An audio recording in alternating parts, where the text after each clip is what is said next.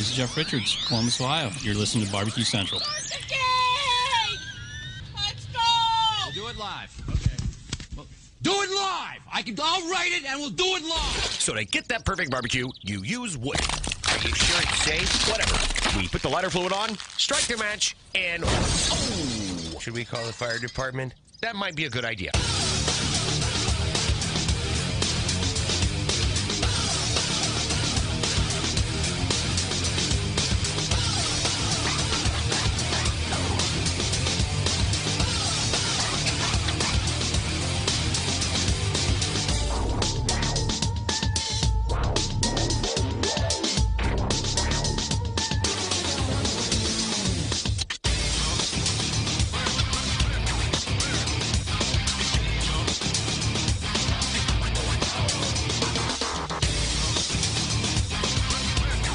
Good evening and welcome to the Really Big Barbecue Central Show. This is the show that talks about all things important in the world of barbecue and grilling. This show originating from the Rock and Roll Hall of Fame city, Bomb City, USA, Cleveland, Ohio, the barbecue capital of the North Coast. I am your program host, Greg Rempe. Happy to have you aboard here on your Tuesday evening's live fire, fun, and frivolity show. If you want to know how to get in contact with the show or how to follow us around, here's how you do it. You can get in touch with the show by sending an email to Greg at BBQCentralShow.com. Follow us on all the social media channels at BBQ Central Show. And be sure to subscribe to the show podcast feed on your favorite podcast platform. Anything else you want to find out about the show can be found at the main website, thebbqcentralshow.com. And here's what's happening in case you get the newsletter coming up in about 12 minutes from now. It is the first Tuesday of a brand new month. We are now officially in quarter number 2 of 2023. And that, of course, brings a visit from the creator of How to Barbecue Right, the pitmaster of Killer Hogs competition team, Malcom Reed. Will be joining us in his usual first segment of the first Tuesday of every month. Then we will move to 35 past the hour, where we will find a visit from longtime sponsor of the show, one of the premier offset and pellet cooker manufacturers in the biz, Ryan Zboril from Pits and Spits. And we'll talk to Ryan tonight about how business is treating him here in the first part of 2023, what it ended up like in 2022, and then, more importantly, how he sees the rest of this year going from a trend standpoint, from somebody that actually makes barbecues and pellet cookers, offsets and pellet cookers, I should say. And then we'll also talk about anything new that they might be looking to offer to the market here before 2023 closes out. So Ryan Zboril joining us here. Ryan Zboril joining us 35 past the hour. Then we'll move to the second hour, and because it is the first Tuesday of a month in the second hour, we will be joined by none other than YouTube maven Sam the Cooking Guy, also Barbecue Central Show guest Hall of Famer, much like Malcom is as well. So looking forward to catching up with Sam. A lot of people said last month was the best segment we've ever had on the show, at least in recent memory. As we look back, Sam's been coming on the show maybe 10 years plus at this point. Malcom in that same driver's seat as well. So a lot of the guests here this evening have a storied 10-year past with the Barbecue Central Show in only the best ways possible.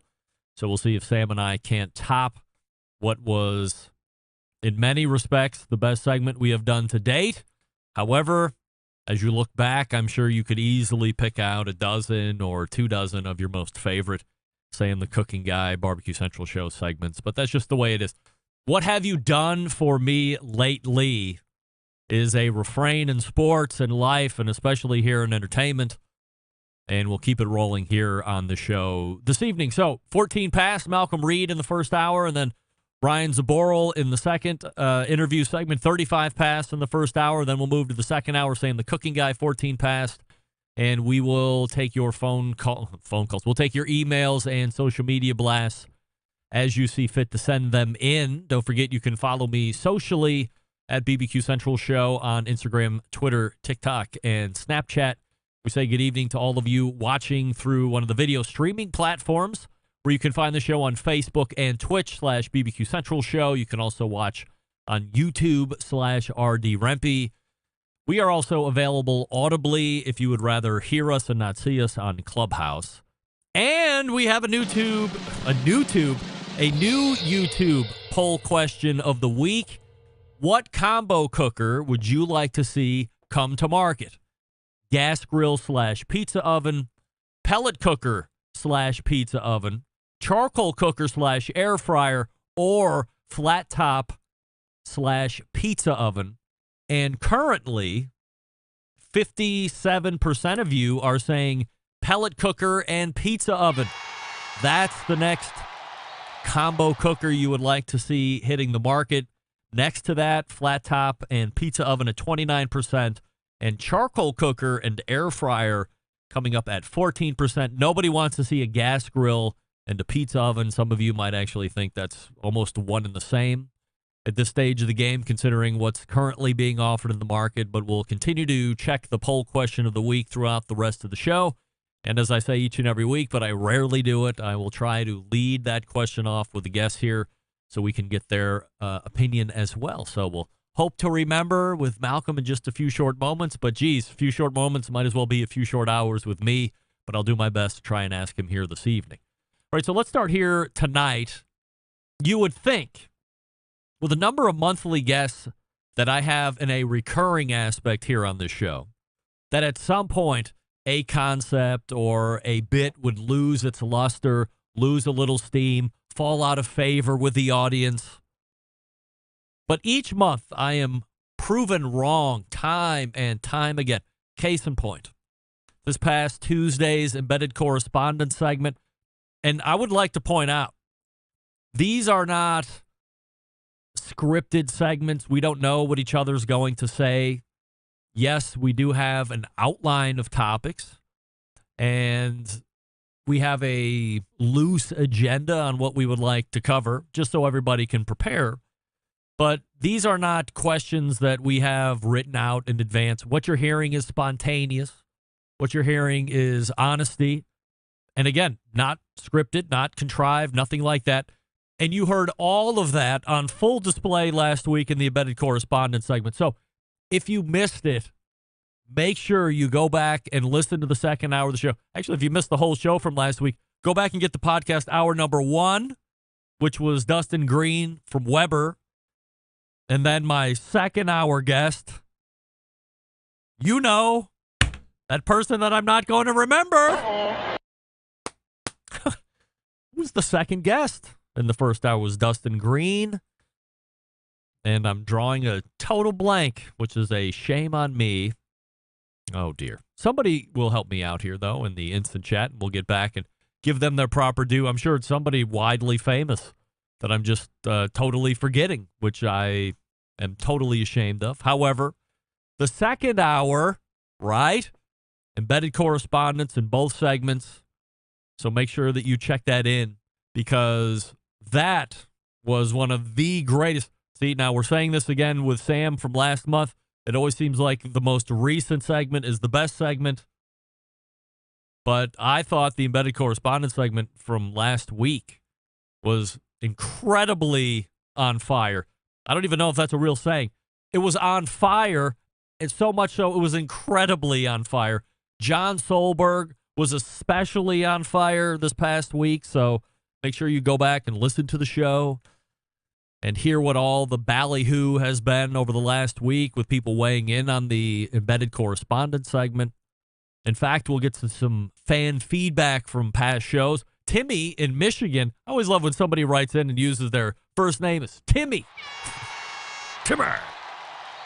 Greg, listening to the show from Tuesday night, did John say that Mo Kason was a boat anchor to Bob Trudnack's and his restaurant project? I nearly spit out my drink. This is the reason I love the show. Honestly, podcast listener only. Regards, Timmy. Jamie in Utah writing in, Greg, count me in as a new fan of Dustin Green from Weber. I thought his segment was well done. He did seem a little uncomfortable when you asked him about the Weber business stuff, like going public and then going back private. But otherwise, I thought the segment was great, and I am now interested in looking at a Weber griddle after listening to him on the show. Love the show. Regards, Jamie. Jamie, thank you for writing in. By the way, I just remembered, I knew if I would think about it long enough as I was talking about something unrelated, I would remember who 35 past the hour last week was. How do I forget this? He's a Barbecue Central Show guest Hall of Famer, too. Remember some guy named Derek Riches? Derek, humble apologies. I can't believe I missed that. How dare you? I don't know. Kenny in Kentucky writing in a couple weeks late. Greg, Jeremy Umansky is the Koji man. I am inspired to try this Koji stuff immediately. Thank you for getting Jeremy on the show, and thank you for what will be my new deep dive topic for the next few months, at least. Love the show. Podcast listener only. Regards, Jeremy. Jeremy, thank you for writing in. Glad you liked Jeremy Umansky. I'm sorry. Regards, Kenny, writing about Jeremy. Glad you like Jeremy. He is a Koji expert, a foraging expert, too. We're coming into mushroom season here in Ohio. I think if I remember correctly, Jeremy said Ohio has the second most varietals. I don't know if that's correct term or not. The second only to like the Pacific Northwest, if you can believe it. So Ohio is a fungus among us type state. Before we get to Malcom Reed, let me mention the aforementioned Pits and Spits. The best looking, best cooking smokers and grills currently available on the market. Pits and Spits offers a full family of products, including traditional offset smokers, wood pellet grills, charcoal grills, travel grills, combination pits, fire pits, and much, much more. Pits and Spits has been one of the only American fabrication shops that's focused on smokers and cookers for almost 40 years. Why is that important? They're able to put an emphasis on quality and design. Locally sourced materials, unmatched attention to detail, from the fully welded barrels to the heavy gauge steel. They bring both function and beauty to life. Pits and Spits builds every product with the intention, the express intention, that's going to get passed down from generation to generation, whether you're into the backyard barbecue and grilling scene or you are on the competition trail. You're going to want to step that game up. No easier way to do that than by going to the Pits and Spits website and ordering you up one ASAFP. Check them out at this special link, pitsandspits.com/BBQ Central, all spelled out, PITTSANDSPITTS, pitsandspits.com/BBQ Central, and use promo code at checkout BBQ Central for a free spice pack when you order $500 or more. So if you're ordering a cooker, you're easily going to eclipse that. Make sure you put in the code. Or if you're just ordering a bunch of accessories because you have a current Pits and Spits cooker at the house, just looking to gear up a little bit more, get to that $500 mark or more, enter promo code BBQ Central, and get that free spice pack. We all love the free stuff. That's all you got to do. We are back with our pal Malcom Reed right after this. Stick around. We'll be right back. You're listening to the Barbecue Central Show.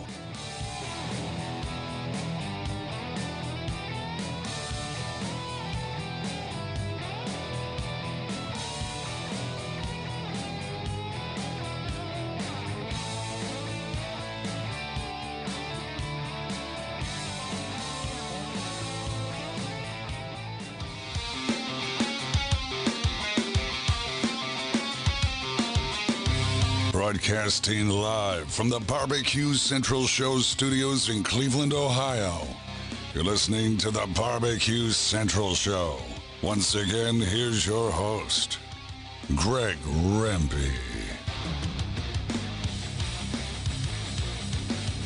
Welcome back. This portion of the show being brought to you by CookingPellets.com, your number one source for quality wood pellets for all your pellet-driven cookers.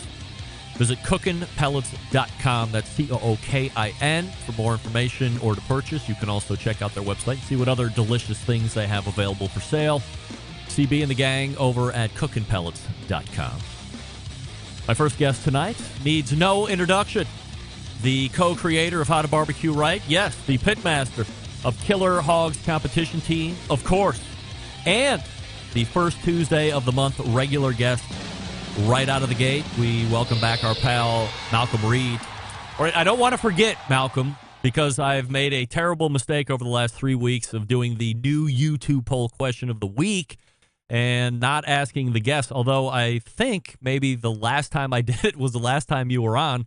So let me not forget and just go ahead and ask you right away. What style of combo cooker would you like to see come to market?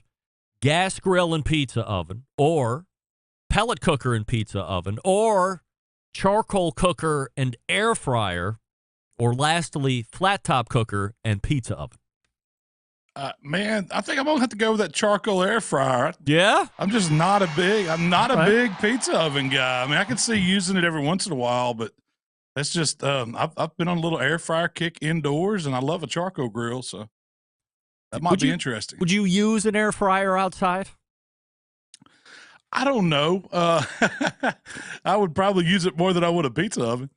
So right now, 60% of people are saying they would like to see the pellet cooker / pizza oven. Second place, flat top and pizza oven, and then the charcoal cooker air fryer coming in at 10% of the vote. Nobody wants a gas grill or a pizza oven whatsoever, so probably should have thrown that out. Somebody in the instant chat said, what about the option for I don't care about any type of new combo cooker coming to market? They have no interest in getting into that. Do you think we'll see a continued introduction of combo cookers here over the next couple of years? I know it hasn't. The only one I used to remember was the combo cooker of gas grill and charcoal grill all married up to one, but now they're seeming to come out with a bunch of different options. Well, I think with people doing more outdoor kitchens kind of style, because we're a different kind of cooking going on outside, the combo unit makes sense. What about this, Greg? What about a charcoal / deep fryer? Because, in the South, we deep fry everything. Yes, that's right. I could see something like that working.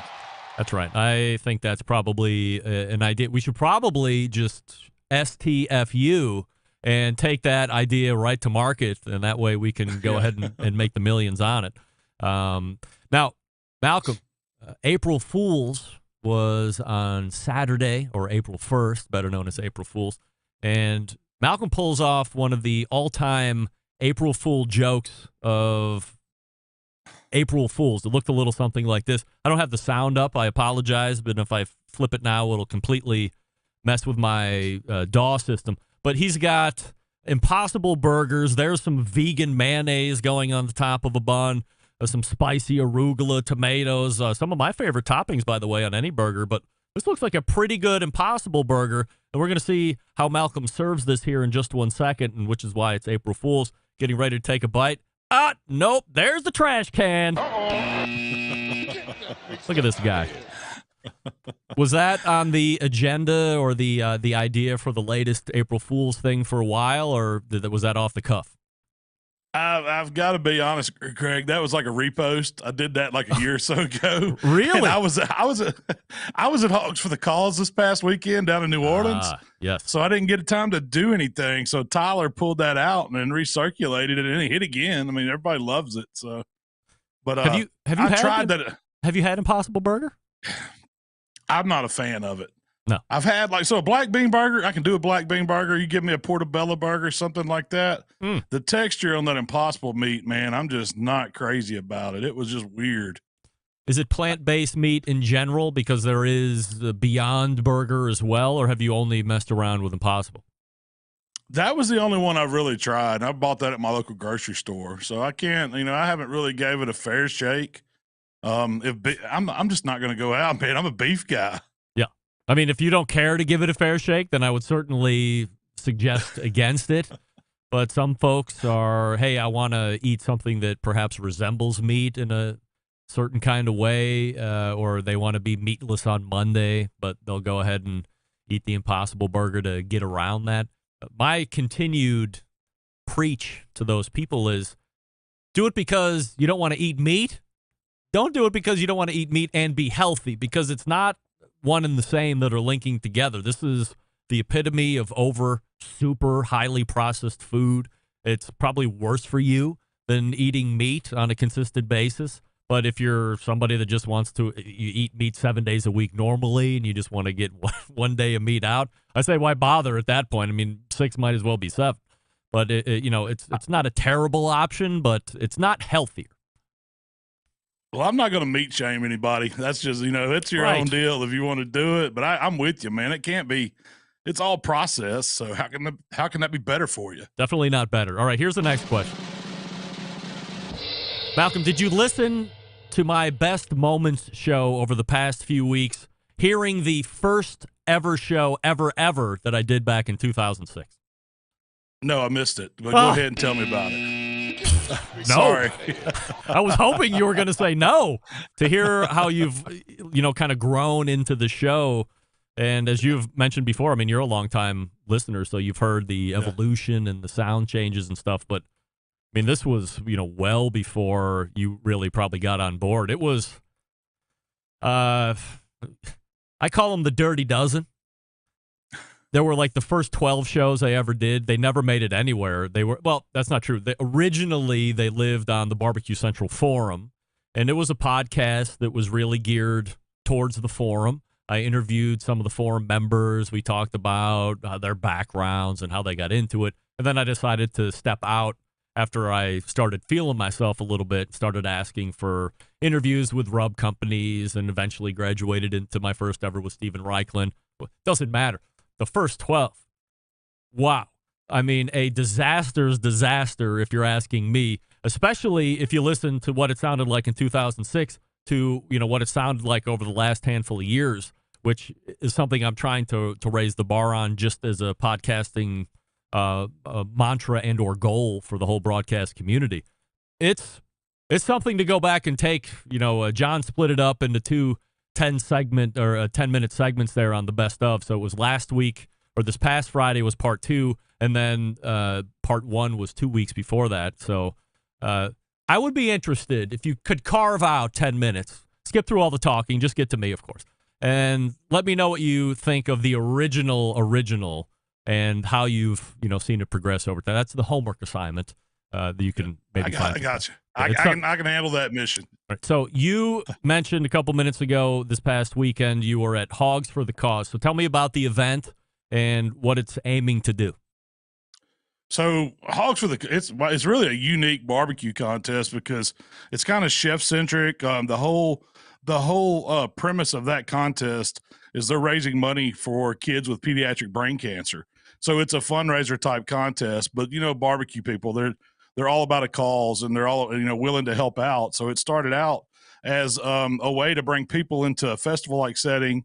You have a barbecue contest, but you're also kind of vending food, so you're raising money the whole time for this pediatric brain cancer, which is a great cause. And it has grown. I think they're 15, 16 years doing it, and this year they had like 86 teams. I mean, they've about maxed out the capacity of it. Oh. But it's kind of loosely a MBN contest because they have whole hog, shoulder, ribs. They have a chef's like potpourri category where that's where a lot of these teams get us, have chefs that come in or restaurants that are affiliated in some kind of ways, and they do a real fancy category. And man, some of those entries, you see all kinds of stuff in it. But they also have a day of like ancillaries, and that's what I was down there for with the blue plate people. They had a blue plate category, and they had wings and stuff like that. But man, New Orleans is a food town. If you've never been, man, it's jazz music, food. And so you see, it doesn't feel like a regular barbecue contest when you're there because there's so much great stuff to try. It's just a fun time. 86 teams. I mean, that's a pretty big event, especially in New Orleans, which I wouldn't say is necessarily known as a barbecue hotbed. But I think my oldest daughter has a teammate whose dad is on a team that he was talking about Hogs for the Cause, mentioned New Orleans, and you might have mentioned how you've been there before, right? Yeah. This is I've competed in it several years ago. It's probably been 10 years. So he talked all about how it's a fundraiser, for the pediatric brain cancer, and how great of a mission it is, but how much of a great time it is. So as you are doing all the barbecue stuff, yeah, great. But New Orleans is a superior food town, well-known food town. What are you getting into outside of the barbecue arena there? Well, so me and Chell, we kind of hit the town a little bit a few nights. She picked out some reservations. It's kind of coincided with her birthday. So we kind of did a little celebrating too. So we went seafood one night and went to a restaurant called Revolution that was just phenomenal. I mean, they had they had char-grilled oysters that we got a bone marrow and drizzled with them. You know, I got a lobster tail, and you know, she got like crab cakes and stuff. It's just delicious food. And then we did steak one night, and of course you had to go get a muffaletta and a po' boy somewhere, you know. So we we did a little, you know, our own little foodie tour. Any beignets? I did have a beignet. Yeah. It's a little much powdered sugar for me. You know, they coat those things in them, and it's kind of, you know, it gets everywhere. So Chicory coffee? does an espresso martini count? I did. Well, no, what's is that the name of it? Chicory coffee. So there's a brand you can get at the grocery store called the Cafe du Monde, and Sure. it's got chicory in the coffee, which I guess is like a Louisiana thing. Rarely do you find it anywhere else.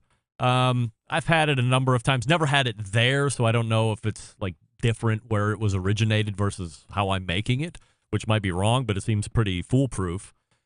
That's one of those love-hate things. I think there is just enough of whatever that chicory taste is bringing to the coffee flavor. I don't mind it, but it can, you know, maybe one glass just after dinner or first thing in the morning, but not 3 glasses or a pot of it like I could drink normal coffee. Have you ever gotten into that? I have. I'm not a huge fan of it. It's kind of like you. It's an acquired taste. When I'm down there, I'll drink community coffee, but I don't get the chicory version of it. I think they have one too, but it's, you know, it's a little bitter for me. Malcom Reed joining us here on the show. HowToBBQRight.com is the website, and you can make sure you are subscribing to him over on YouTube, as well over 1.5 million of them you are. So this coming Sunday, Malcolm, is the Easter holiday, and that is usually on a menu you're going to find an Easter ham, maybe lamb. Is that a thing that's going on with Easter as well? Because I've been seeing it out in the grocery store when I wouldn't usually see it at this time so prominently displayed. But what are you guys having for a menu? You know, typically, I mean, I grew up, we always had ham, maybe pork loin, like a bone-in pork loin or something. But, you know, we really weren't a lamb family. But I do see a lot of lamb. People request lamb recipes for Easter. You know, most of the time it's like a whole roasted leg or something like that, something you could centerpiece to serve a lot of people. It's not really, lamb is one of those acquired tastes too, man. Are you not a lamb It's not guy? my favorite. I've had some lamb that's really good, but I've had some lamb that's really bad. So it's like one of those things. It's just not.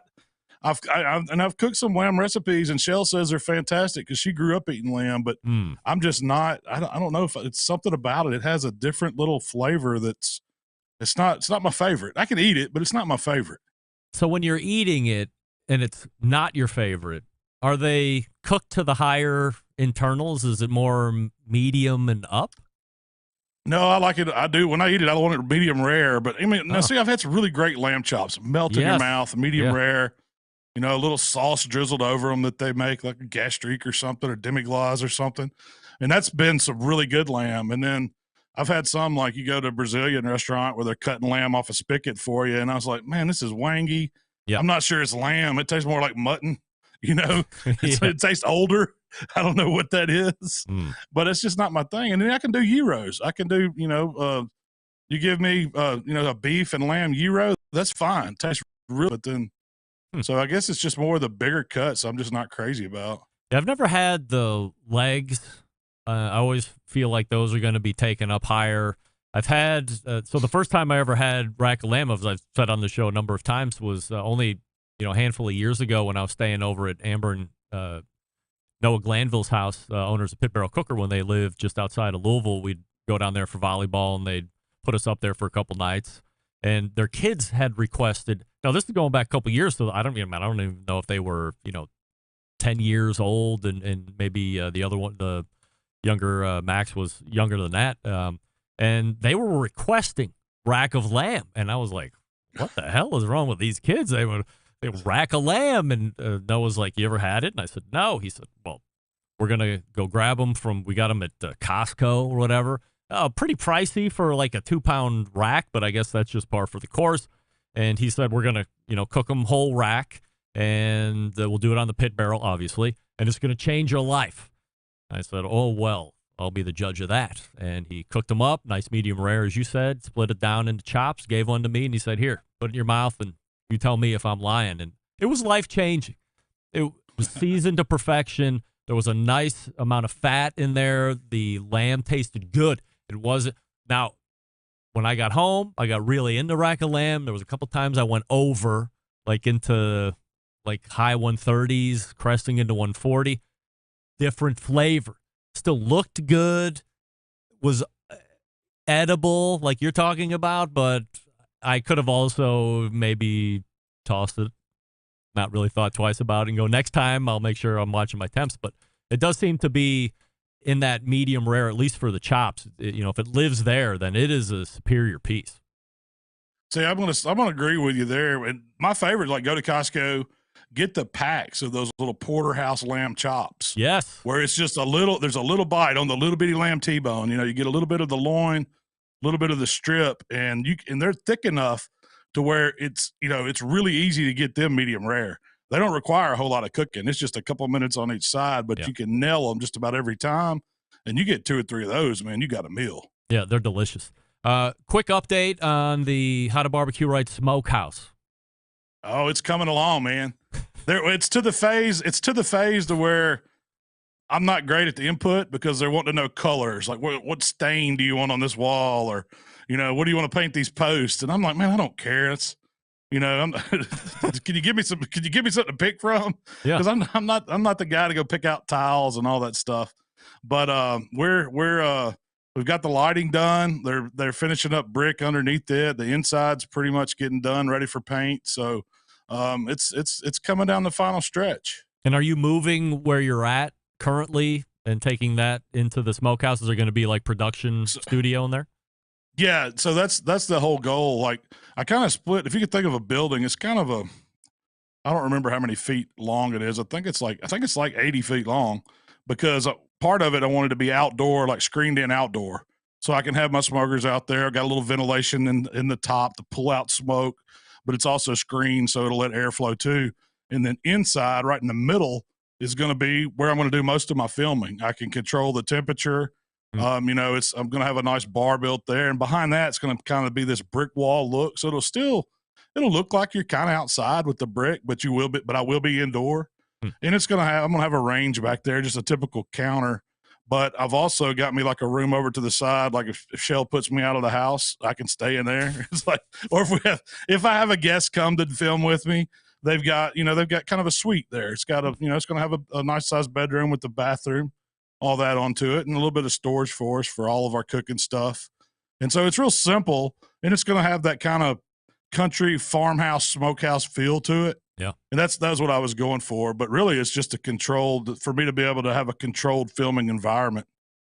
Well, we're anxiously keeping tabs, so we'll get an update next month. And we ran out of time this month, but we'll also talk more about, for the folks that are into building an outdoor barbecue island or barbecue kitchen. I know we touched on it last month as we were exiting the interview, but I'd like to delve a little bit more in depth on that. So I'll send an outline, and we can kind of go back and forth a little bit on it, so we can arm some people with info as they get ready to perhaps build one here in 2023. It's Malcom Reed from How to BBQ Right.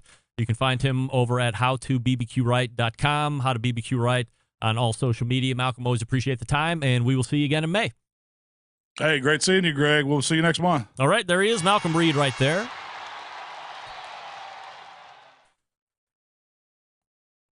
If I had the space in the backyard, I too would look to build a smokehouse, but right now it's just the shed, and there's no smokehouse going in the shed. Thank goodness cigars aren't addictive, because I would have used the shed to freeze and smoke cigars. But since I am a man of dignity and non-addictiveness, because it's cigars, I can wait till it gets nicer and we can enjoy this. That's what it's all about. All right. Ryan from Pits and Spits is getting ready to pop in here. Before we get to him, I will talk to you about Big Papa Smokers, the one-stop online shop for all things barbecue, a curated selection of only the best outdoor cooking and grilling supplies. getting you on the path to better barbecue results in no time. Everything at BigPapaSmokers.com. Pitmaster approved by Sterling Big Papa Ball himself, known for the championship rubs and seasonings, flavors like Sweet Money, Cattle Prod, Cash Cow, all proven winners on the competition circuit and in backyards. Big Papa's offering 13 perfectly balanced flavors that transform ordinary meals into extraordinary. Also the owner of Granny's Barbecue Sauce. So if you're looking for a new go-to barbecue sauce, you're a little disenchanted with what's currently available on the market, or you want something new, great all by itself, or use it as a base sauce and then trick it out from there, however you see fit, give it a shot. And aside from the premium selection of rubs and sauces, they're offering some of the best cookers out there as well. If you're looking for a versatile smoker that's easy to use, check out that Mac 2-star General Pellet Cooker. Big Papa Smokers, the exclusive Mac dealer, even offering special packages. If you don't know which one you should get, or you have questions about one, call them 877-828-0727. That's 877-828-0727, or shop their website at bigpapasmokers.com. That's BIGPOPPA smokers.com. We are back with Pits and Spits right after this. Stick around. We'll be right back. You're listening to the Barbecue Central Show.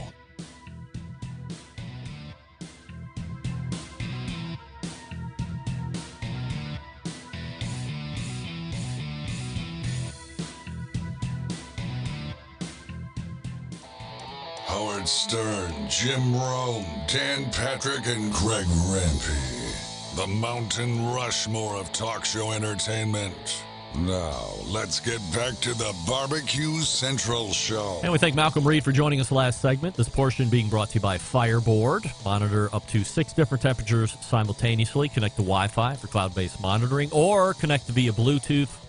If you have smart speakers in your home, you're in luck, because Fireboard is fully integrated with most of them. You can find out more by visiting fireboard.com or call them at 816-945-2232. My next guest was on this show last October. At that time, we were talking about their hybrid cooker that had been out on the market for a little while, and tonight we will follow up on that product, along with seeing what else they might be bringing to market here in 2023 as the barbecue and grilling season gears up over the next few weeks. We race to the hotline and welcome back our pal Ryan Zboril. Hey, Ryan. Hey, man. How are you? YouTube question poll of the week time. I'm 2 for 2 right now. Thank goodness. What style of combo cook? Now, I have to ask you to play consumer at this point, not manufacturer. What style of combo cooker would you like to see hit the market? Gas grill and pizza oven, or pellet cooker and pizza oven, or charcoal cooker and air fryer, or lastly, flat top cooker and pizza oven? I think the charcoal grill and air fryer. Wow. Same thing Malcom Reed said. Look at this. Two of the smartest minds in live fire cooking are agreeing right here. Now, 58% of folks are saying pellet cooker and pizza oven. 25% of folks are saying flat top and pizza oven. And 17% are saying charcoal and air fryer. Still, gas grill and pizza oven taking the large goose egg as far as interest in any of that. So that's how the YouTube poll is flexing here as we start the second interview segment here in the first hour. All right, Ryan, so thanks for coming back on here this evening. I had mentioned in the intro last time you were on, we talked extensively about that hybrid cooker, which sees a pellet cooker or a pellet hopper on one side and then an offset cooker on the other side. How is that unit doing, and is there any other new info or breaking news on that product? It's doing really well. It's really popular. I mean, I think it is kind of scratching that itch that a lot of people have. And I don't know if you've tracked our accessory, the smoke cage, that it lets you add some, wood chunk smoke to your pellet grill, but people still really like that option of having the stick burner or the pellet hopper to assist, either for the whole cook or for the second half of the cook. It's been really well received. And I think people like the large format. We did it's a 4-foot barrel, 48 inch barrel. So it's not a small cooker. And I think people like that. We're not trying to jam it together. We just said, here's how you do it both ways. Will people run both sides at the same time? They will. It's not necessarily designed to do that, but again, we like to learn on the fly ourselves, so we don't tell people you can't do it. We just say that's not how we tested it. Yeah. You tested it running one side or the other. That's right. That's right. And it was tested to run as a start as a stick burner, and then finish your cook off as a pellet, pellet grill, pellet smoker, whatever you want to say, automated smoker for the back half of the cook, kind of post 4 hour of the smoke. How did 2022 end up? I know we were kind of catching you as the last quarter was getting going, but how did it end up for you guys? 22 is challenging. I mean, when you compare to 21 and 20, where a lot, I would say, was kind of for our industry was a lot kind of given to us, right? A lot of people were staying at home. You're kind of just by the way that the chips fell, we were just getting phone calls for orders, for dealers. People just needed product. Whereas 22 was a lot more of having to kind of get back to your roots and go out and do demos, call dealers, create education, do kind of true marketing, and a lot of boots on the ground, grassroots type stuff. So it was tough. But the second half, we really saw much more of a return to normal for us, kind of what we would say versus 2019. And we learned a lot, and we actually, as a manufacturer versus just kind of an importer or a marketing style reseller, it really helped us figure out kind of what direction we wanted to head and where we wanted to be, meaning bring even more of our process in-house, right? A lot of these things we were third partying out, whether it be some laser work or coatings or whatever. We now said, well, look, let's just do that in-house because we can control it. We can control inventory levels, and we can control timing a lot better. And we also now can, ramp up or ramp down in a lot more efficient manner than we could in 20 and 21. Before the pandemic hit and then the bubble was up before it burst, how many grills were you turning out? Like, what would be a good year? It would...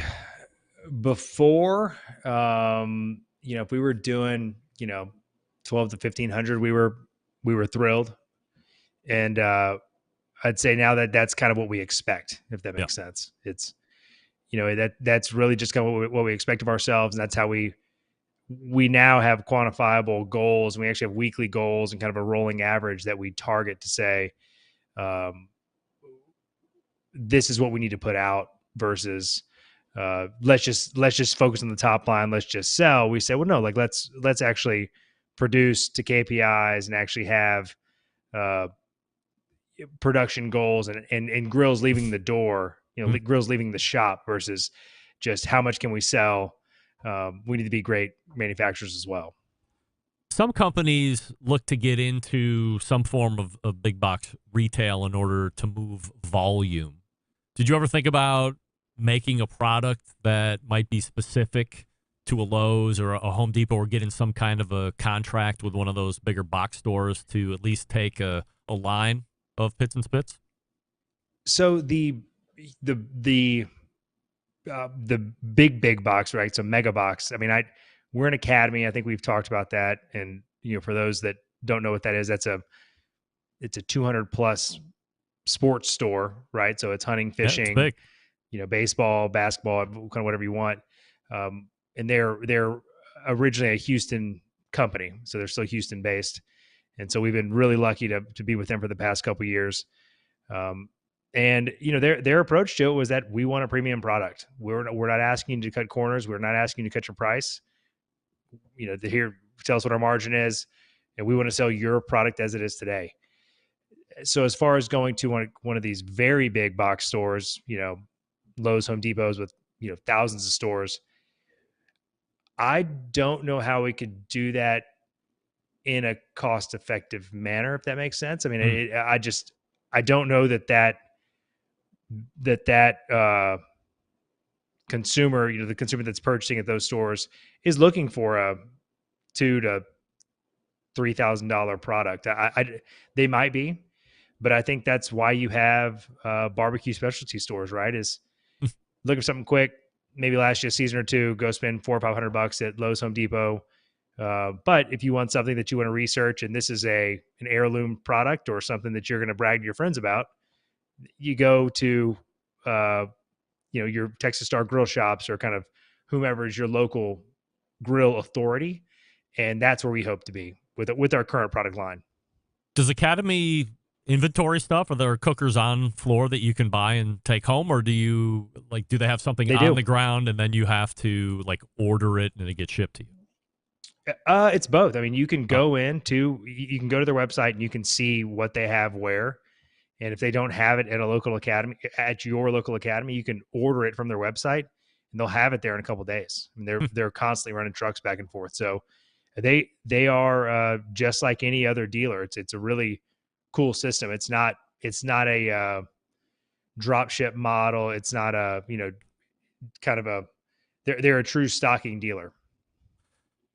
So I know there were a lot of companies that ended up sitting on a lot of inventory, last year, especially as, the year finally made the change, the bubble bursts, and dealers or retail partners destock, right? I mean,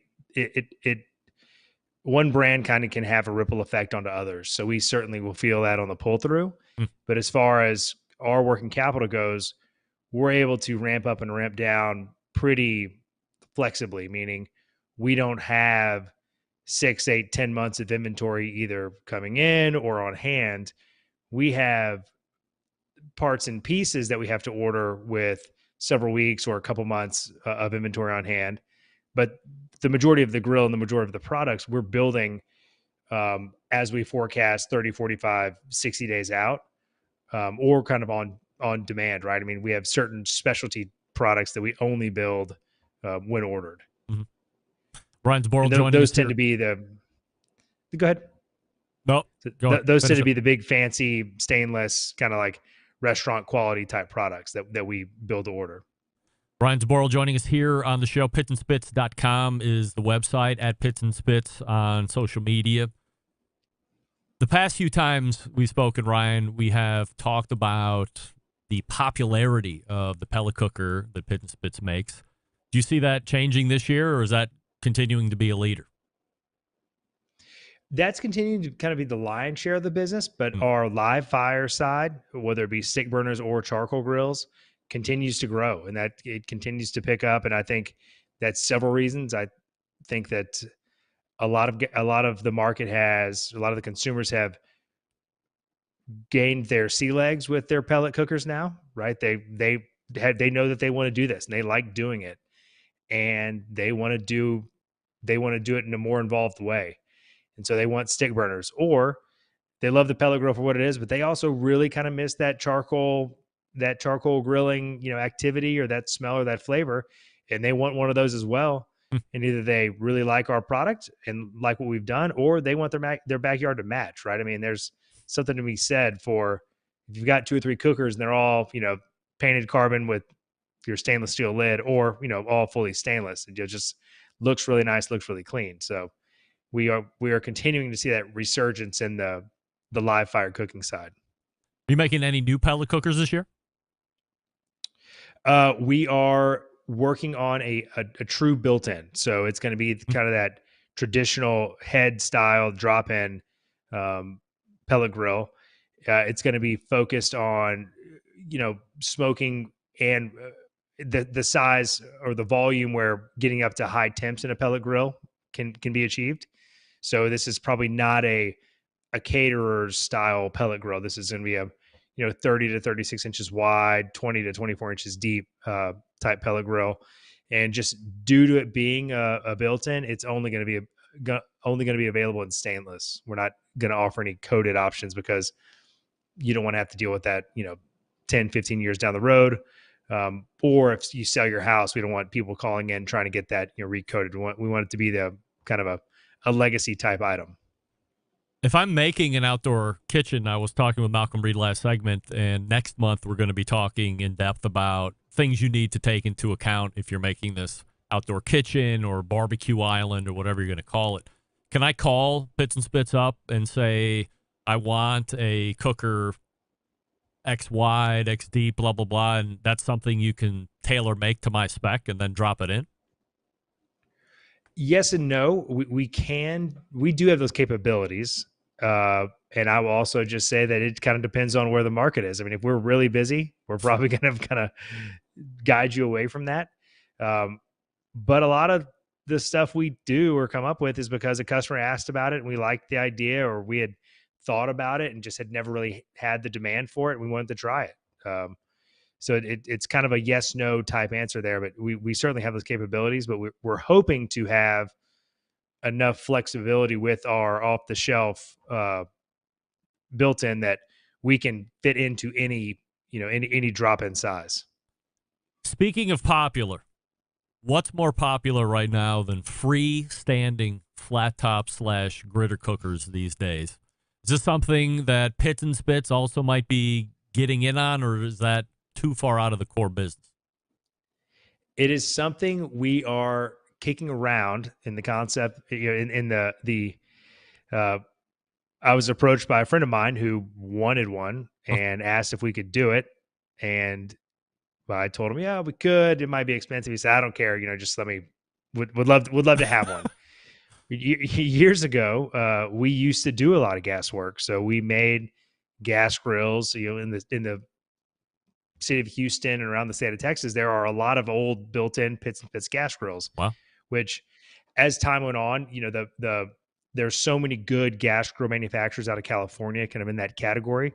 We couldn't really compete. We were more focused on the charcoal and stick burner and then pellet grill, side of the market.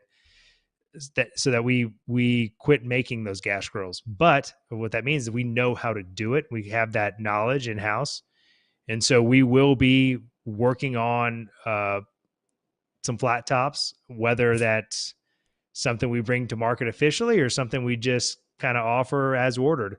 But we think it's a great product. I love seeing it. It's really fun. It's really engaging. I mean, who doesn't love the fact that, hibachi chefs coming to your house is a thing now is so cool. And so, you see that and you think, man, like I could have one of those. And then in my mind, I'm like, well, I could have one of those built. Like this would be really cool to have. So that's a long way of saying, yeah, it is on it's on our horizon. How long would it take to go from concept? Maybe you're already through this portion of it, but how long could something like this take from idea to getting it to either call and ask for it or actually being rolled out as a legitimate product offering? From concept to built really is only a couple weeks, but from concept to a product that we would feel comfortable photographing and putting on the website, it's probably kind of a 10 to 12 month deal because we also have to think about how we work that into our current production, right? And we don't want to throw anything off there, and we also want to do things safely. It's gas is a totally different animal than pellet grills or stick burners, even though we do have gas in all of our stick burners and charcoal grills. So it's a longer lead time for us to get to that point. But the way we view it is we would be different in that it's going to be heavier duty physically, right? It's probably going to be fully welded. I mean, it's not going to be a bolt together type product. Yep. It would probably not have all those kind of cool bells and whistles with the temperatures coming on the thermometers, at least not, I'm sorry, the temperatures on the knobs, really, which are pretty cool, but that's just not core for us. But it'd be a stainless steel griddle top, a lot of, doors, all that kind of good stuff, a lot of stainless, a lot of heavy type stuff. So it's going to be a kind of a construction heavy duty type customer, American made customer that's more important to them versus kind of the flash and being able to go pick it up from your local Walmart consumer.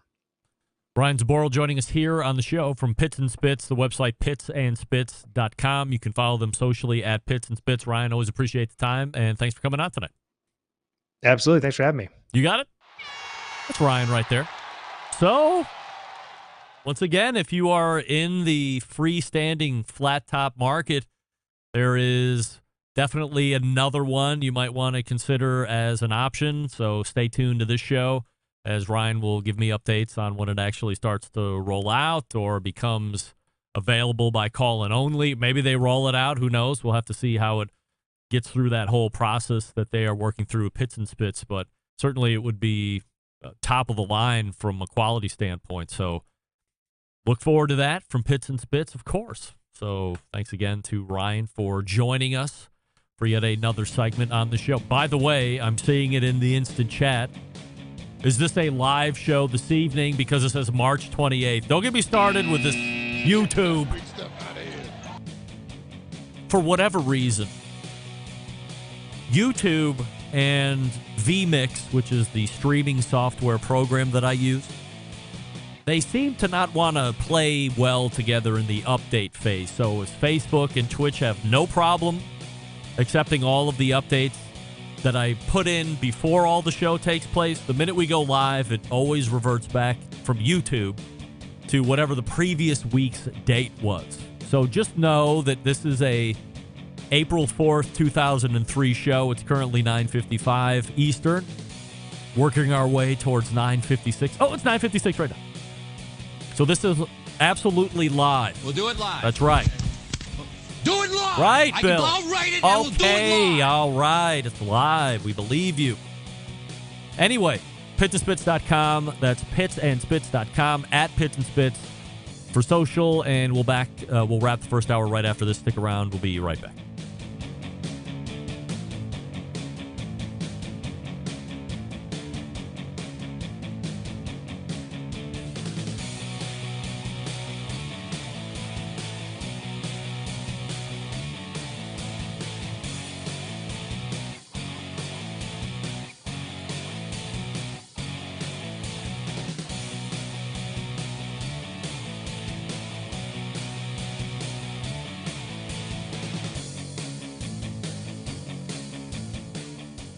Continuing to produce incredibly mediocre content in an exceptionally professional way. You're listening and watching the Barbecue Central Show. Once again, here's your host, Greg Rempe. And we thank Ryan Zboril from Pits and Spits for joining us last segment. Once again, that's pitsandspits.com, pitsandspitts, pitsandspits.com /BBQ Central, or socially at Pits and Spits, once again, all spelled out.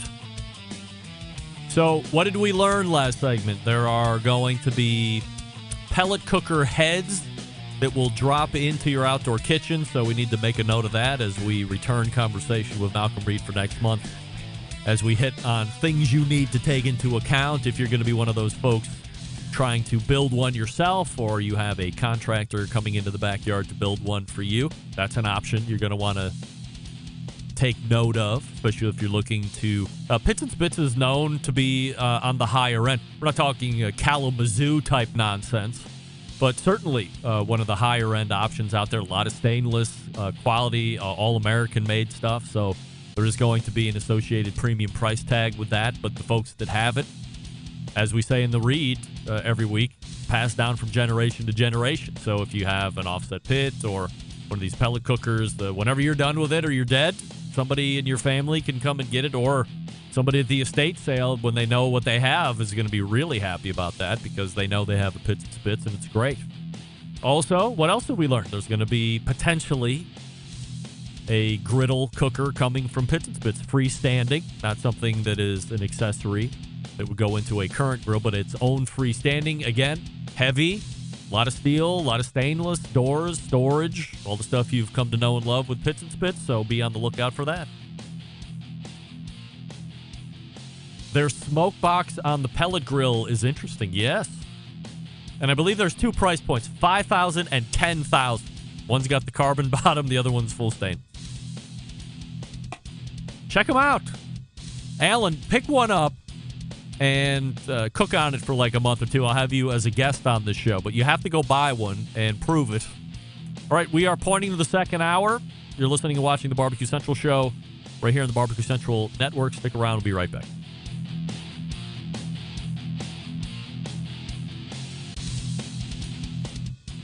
This is Jennifer Palamas from Charlotte, North Carolina, and this is Barbecue Central. Happy to have you aboard here for the Really Big Barbecue Show. We cook because we have to, and we grill because we want to. Hit me. Fine, how's it going? You have a great show. I'm a big fan. Boing. So what seems to be the problem here? This man looks like he's dead, and he's in the crackle. Charbono! It's all about the charbono, dude. Succulent fish. What? He ate 54 wieners. But listen, Lavernius, shake the feast. I'm shaking like a dog shit peach seeds. We have top men working on it right now. Top men.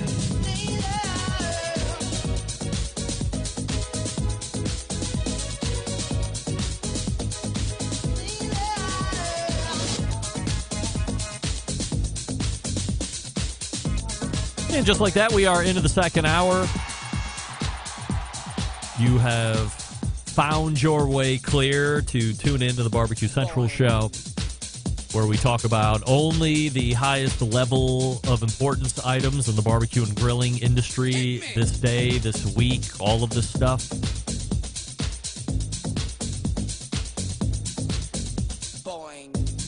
Still to come on the show this evening, Sam the Cooking Guy will be here in about 13 minutes from now. If you missed the first hour, you missed Ryan from Pits and Spit. You also missed Malcom Reed from How to BBQ Right and the pitmaster of Killer Hogs competition team. So, if you've missed that first hour and you're just tuning in, you have 60 minutes of luscious live fire fun and frivolity ahead of you, and you can always go back and get the podcast tomorrow, as we are always recording for podcast release. First hour will be in tomorrow early morning, second hour on Thursdays, and I'll tell you about Friday here in just one moment.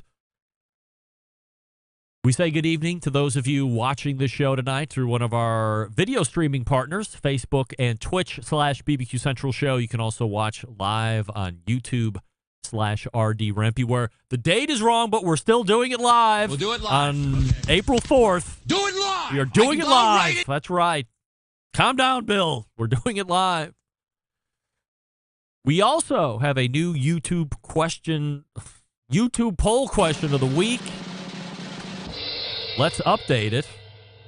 Sitting at 8% is the gas grill and pizza oven. Nobody likes that.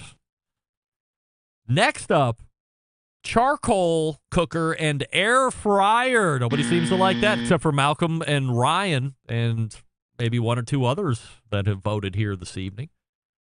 Coming up next, second place, 23% of you saying flat top and pizza oven. Yep. Which only means the one you want to see most come to fruition, pellet cooker and pizza oven. Yes, sir. So we will continue to ask. Well, it'll only be one more guest here this evening, which will be Sam the Cooking Guy, and I don't know if he's going to be able to take gas grill and pizza oven over the top, considering it's sitting at a mere 8%, less than double where charcoal cooker and air fryer are. But, hey, it's just one of those looking to see what might be interesting. What company might want to come out with something that they feel has the pulse of the live fire community? And right now it's, where did it go? Where'd it go? Yeah, pellet cooker and pizza oven will sit in the lead here right now. Coming up on the best moments of the Barbecue Central show in 10 minutes or less this coming Friday, we'll see episode 276 taking you back to April 12th, 2016. A guy who showed up on this show a mere few weeks ago. You know him as the Keeper of the Flame over at AmazingRibs.com.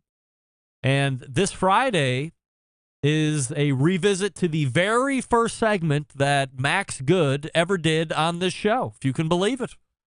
The topic at the time was the then newly released. This is how much time has eclipsed. It's going to seem like it was just yesterday to all you live fire fans. But the topic at hand, April 12th of 2016, was the then newly released and then titled Weber Summit Charcoal Grill.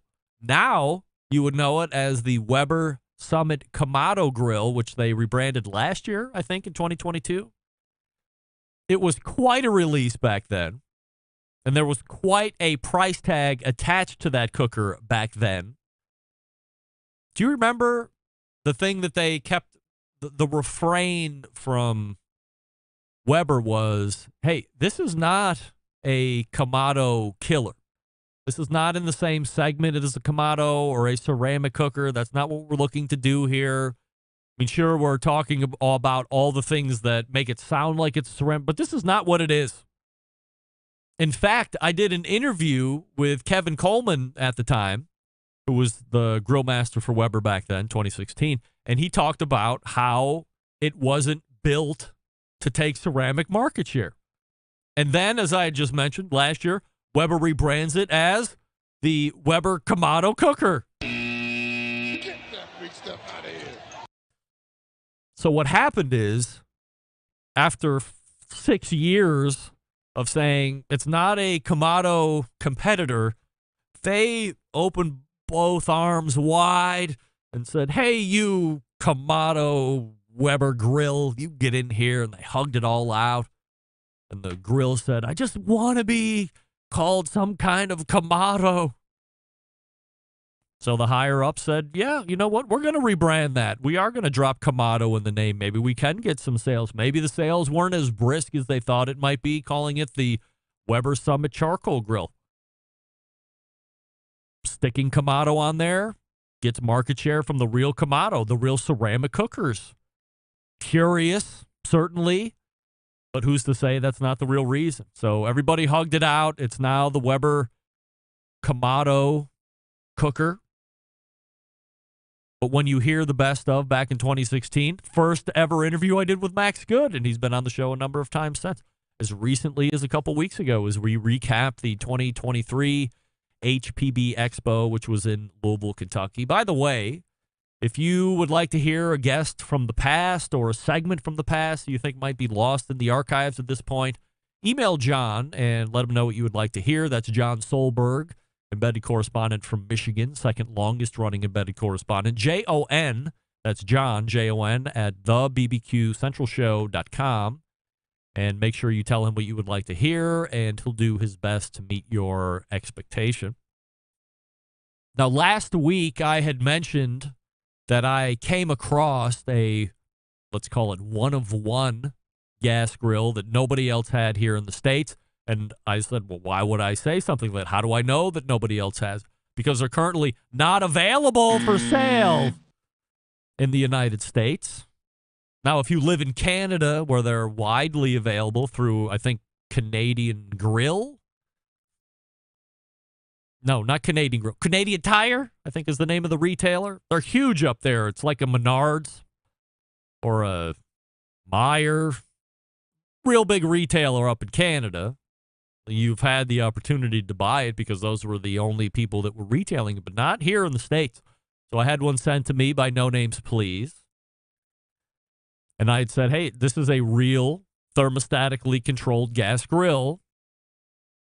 And I got a handful of emails over the course of the week saying, hey, what do you mean by real? What does that mean? Because there are other set the temperature grills on the market now. For instance, perhaps one of the best known versions of that here in the USA is the Cruise by Charbroil. And it's just one dial, and you set it to whatever temperature you want. You push it in, it sets that temp, and then the grill gets to that particular set temperature. But while it appears to be a set temperature or a thermostatically controlled gas grill, it's not technically a real thermostatically controlled gas grill. And you might be thinking, boy, is he getting ready to really split hairs here? Maybe. Maybe I am. But it can only be real in one way. So when you asked me what does real mean, because there are other set temp grills on the market at the moment, here's what it means And this is described to me by the guy that manufactures the grill. This isn't me just being a know-it-all, but I can pass it off that way if you would prefer, or you can listen to it that way if you prefer. And what it means is this. It's an evolution of what's called capillary technology. Essentially, you have a calibrated thermocouple and fluid-filled wire that's connected to the valve. And simply put, when the grill reaches the desired temperature, the fluid in the wire expands, pushes against the valve, thereby regulating the gas flow. And when it falls below a certain temperature, the fluid contracts, the valve opens, allowing more gas to flow in and increase the temperature. It's actually a very accurate and fairly robust way of controlling temperature. So if... Hi. What? You can only hear it because the door's open. Cat's got to pee. So, once again, what makes it a real thermostatically controlled gas grill? Capillary technology. That's what sets it apart. The cursed kitty. What do I feel like you're mocking me and my cat problems, cursed kitty? I don't know if I like that. Get that big stuff out of here. A calibrated thermocouple is one that has been, it's a thermocouple that has been then calibrated. That's exactly what it means. I didn't think I had to go out of my way to explain that, but that's what a calibrated thermocouple is. Of course, you can look it up on any of the Chat GPTs or the Google Bards or whatever artificial intelligence you want. I have a story about artificial intelligence that's quite frightening, believe it or not. But since I got a number of emails asking what a real thermostatically controlled gas grill is, that's how it was explained to me. That's what set this one apart. So it's not just electric. You don't have to plug it in. It does have a battery sparker in order to get the burners going, right? But otherwise, you don't have to plug it in. I believe you have to plug the Charbroil Cruise in order for it to operate properly. And once again, to my knowledge, this is a one-to-one grill sitting in the Rock and Roll Hall of Fame city right now, just east of the Rock and Roll Hall of Fame city. I look forward to playing with it after I return back from a volleyball weekend in Chicago. So that'll be in 2 weeks' time, but I did a flank steak on it over the weekend. You follow me on social. You know it looked absolutely fantastic because it was. And that's what it was cooked on. High heat, very quick. So it performed well there, but I'll be more interested getting it into the oven mode and seeing how well that calibrated thermocouple works in the capillary technology. Sam the Cooking Guy is on deck, so stick around. We'll be right back with him. You're listening to the Barbecue Central Show.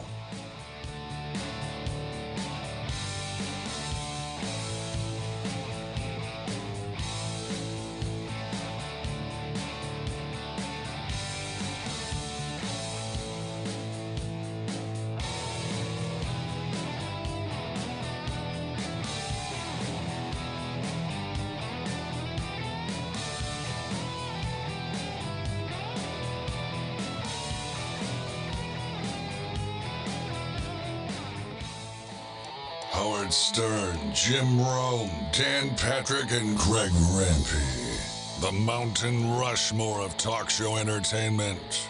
Now, let's get back to the Barbecue Central Show. Welcome back. This portion of the show being brought to you by Pit Barrel Cooker, the most unbelievable outdoor cooking device on the planet. Currently available in 3 sizes, a host of accessories to complete that pit barrel cooking experience. Doesn't matter if you're a beginner or professional. If it's a cooker you want to add to the arsenal, visit pitbarrelcooker.com and tell them the Barbecue Central Show sent you. Joining me now, the second hour first guest and now second guest here this evening because we're running the gamut. A YouTube sensation, a cookbook writer, author extraordinaire, and friend of mine, Sam the Cooking Guy. Hey, Sam. Good morning, Greg. Good morning. Good morning. Evening, Greg. Sure. Good morning. Wait, I should probably move the screen so I'm Why? a little... Well, I like it when people are like this, almost the same size. I should sit up too. How's that? Is that better? See, look at you. You care about sound and video. I appreciate that. Why wouldn't I? I tell everybody, if the choice is video or sound, I only care about sound. I don't care that people make their background all nice. I mean, not everybody can have the magical skyline of the Bomb City, USA behind us. However, it's sound first and then everything else second, nevertheless. Well, speaking of sound. Yes. Shall we discuss your first effort online? Do you want to play a game first? Yeah, I love a game. I love a game. All right, let's play a game. But you're not getting away from us talking about no. Your very first time. What did I do with this? Oh boy. I'm not going to what you think. I'm not going to Clubhouse or anything like that. I'm trying to figure out through all my various screens. Because we know Clubhouse is not going to work for sure. No, you're going to something that you're going to something that should work. Yes, of course. Go ahead.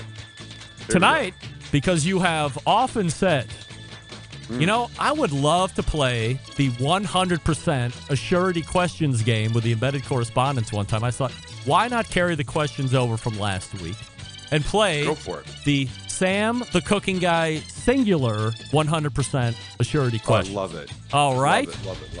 Yes. Sam, before we get started, 100%. why don't you tell us a little bit about yourself? Well, Greg, as you've already mentioned, I'm a YouTube sensation. I can't believe you say that each time. I'm a YouTuber. I'm an author. I'm a restaurateur. I'm a father of 3 and a grandfather of 2. Wow. All right. Thank you. Very good. Youthful age of 63 years old. Here we go. Bring it on. Sam, 100% yes or 100% no. You have full brand awareness of Broil King. Absolutely not. So it's a 100% no. All right. By the way, I listened last week, and yes. and I was playing along in my own head. Hopefully not out loud because I was in the car by myself. This is not to diverge from the game, but this is exactly my point. Who was on the show last week doing these Assurity questions? People that you would say are well-versed, well-steeped into this subculture. So I think everybody said they had some kind of brand awareness, if not full brand awareness. You did refer to, I feel like at some point you referred to the group as, maybe you didn't say geeks, but what you were inferring was that those people that were playing were deep into this business. Yes. And should know. And I don't feel that I'm exactly part of it like those guys, like I agree. You guys. I think I'm on the outside a little bit. So I'm more a regular consumer than being as deep in as those fellas. So yeah, and you had no brand awareness of Broil King, which is exactly what I was concerned about. None. Yeah. All right, the next question is this. Sam, 100% yes or 100% no. The rub market is oversaturated. 100% yes. All right. Which did not preclude me from putting a couple rubs in my next cookbook that will come out next year. But that doesn't mean I'm out flogging them. Yeah. Doug Scheiding, best of luck to you, and I hope they're fantastic. And I'm sure they will be. I like Doug a lot. By the way, I've only been waiting 2 months to bring it up, but you also introduced a rub to market as well.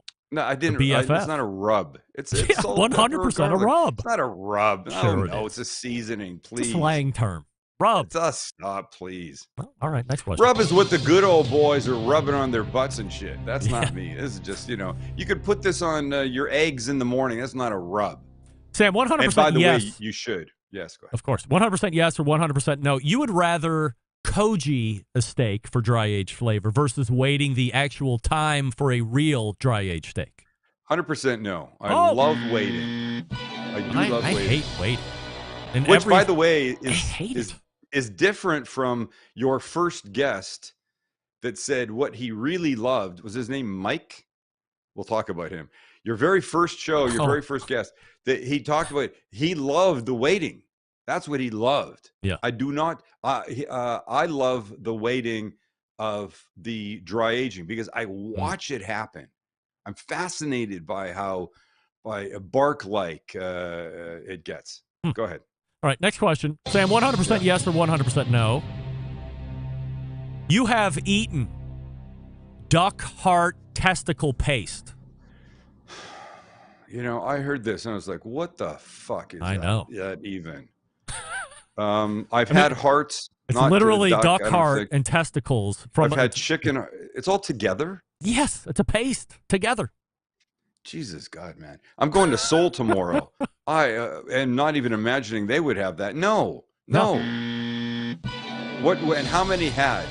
And where did that even come from? No, that was Jeremy Umansky's koji thing. Like he's a big believer in using everything, and I think with the use of koji, you can take organ meat, take out whatever nastiness they would normally afflict on your palate, and make them delicious. As somebody who was standing in front of a spoonful of heart testicle paste 2 weeks ago, going, "How am I going to tell this guy no to his face?" And I didn't. And then I ate it, and it was umami and delicious. I could see it spread over toast or bread or whatever. It was great. Like anchovy or something? Yeah. Jesus. Yeah. I mean, it was anchovy-esque, I would say, in a way. Look, I'm a big anchovy / fish sauce fan. Same. Put that shit in everything. Yeah. But that, please. Yeah. Sounds weird. Sam, 100% yes or 100% no. Jeremy Umansky has made a successful bid for 2023 Barbecue Central Show's Guest Hall of Fame. Can you say that again? It didn't really sound like a question. It sounded more like a statement. Jeremy Umansky has made a successful bid for the 2023 Barbecue Central Show's Guest Hall of Fame. 100% yes or 100% no. Shouldn't you say has? I mean, Jeremy Umansky made that is the third word in the sentence. Jeremy Umansky has made a successful... left that out. That's why I thought it was a statement. No, I'm saying put it first. Has, not... Okay. Yes. Has. 100%. And last question that was highly controversial last week. Sam, 100% yes or 100% no. The Bob Trudnak Mo Cason restaurant opportunity in Huntsville, Texas, when it opens, will stay open longer than a year. Well, I don't really know other than that well. I do know that Mo Cason likes his ice.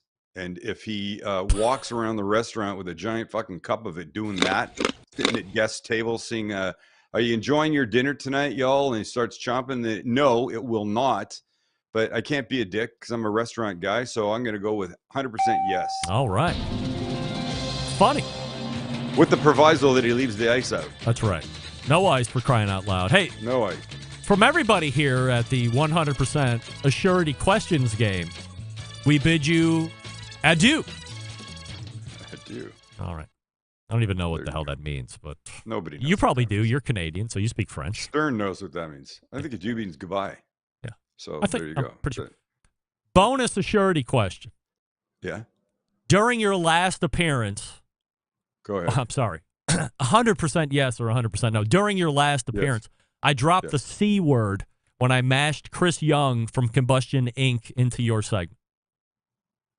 100% yes. Well, the good news is this. I happen to have the audio, and we can listen to it together to see who's right and who's wrong. You say 100% yes? Yes. And by the way, Chris, I have one of your thermometers. Oh, fantastic. Well, thank you. Are we going to talk about that, Sam? I hope you're having a good experience with it so far. Honestly, I haven't really used it. I feel what a cook! I bought it when I first started hearing about it. Wow. What? Well, it looks like you were wrong. Oh, who would say that? I think that's been doctored. That's fake news. I'm not buying that. What are you talking talking about? about? What a cook. What a cook. What a cook. Well, who would What a say the cook. other Nobody word? I would mean, say that is emasculating and rude I and would. degrading. I You might. would? Yeah. Wait, is it degrading? I don't know. You got a T-shirt that says, I know, let's bring I back got- the C word for crying out loud. So, of course, you'd say That's it. true. That's right. true. I might. All right, now, That's true. I might. a couple minutes ago, you mentioned I did. the first ever Barbecue Central Yes. show, or whatever it was called, Barbecue for You show back then before I was threatened with a lawsuit, and I had to change the Barbecue name. number 4U, right? BBQ, the numeral 4, the letter U.com. Yes. Which is a website I owned, but there was some other guy that had the trademark on BBQ, the number 4, the letter U. And he called me at the end of a year, many, many years ago, and said, if you don't get rid of this, I'm going to sue you. And I immediately called a lawyer, barbecue friend of mine, and he's like, did a little research on this guy. He's one of those, likes to wield his stick every few years and see who he can whack for some cash. A big shot, huh? So if where's barbecue for you now, I ask you? Nowhere. There you go. Hit the bricks, pal, and beat it, because you are going out. Right. So, Barbecue Central, much better, by the way. Yeah, he said, if you're open to a name change, this might be the time to do a name change. And that's what we did. Yeah. Now I have a trademark, so they can all suck it. There you go. They can suck it. What did you think as a listener? I can say you listen regularly to the show. What did you think of the very first show ever? Well, unlike Kiss Your Ass John Solberg, that apparently you've got porn pictures of him doing dirty things that you're holding over him. I did not find the audio, whatever he said. He said precious. No, he said the whole thing was precious. Yeah, in general, I did not find it precious. And by the way, just let me couch my comments with this. I, too, had my very first time at what I do. Yeah. And it's horrendous. Yeah. I'm awful. Yeah. So I feel that I come from a place of understanding, so I can say this to you. Mm-hmm. So how bad was it on a scale of 1 out of 10? No, it wasn't that it was really bad. The audio, honestly, it sounded like you were calling your own show from a cell phone someplace. Yeah, that's I don't exactly know what happened. Solberg was saying. Solberg loved every part of it. He got hard listening back to it. It was so fantastic, I think. So the audio was not that great. You sounded, sir, depressed and sad and had no energy. I know. It's horrible. No energy. But by the way, I'll send you the link to mine. Mine's 90 seconds. You can watch it in no time. And I too had no energy. And I don't know why. I think you're just you have so many things in your head. You're trying to do the right thing and remember the right things and make the right moves that you don't have time to think about having any energy yourself. Your energy is going into thinking as opposed to being, which is a problem. But your guy you had on, was his name Mike? Which Bob. I found it funny that you just our first guest is Bob, which no last name. Didn't Bob want you using his last name? Was he in the witness protection program? Bob probably had one of those dumb forum handles, like Bob. By the way, 28, you never would have. You could have used his actual last name. You never would not use somebody's last name now, ever. And by the way, speaking of no energy, Bob had all the energy. Bob was great.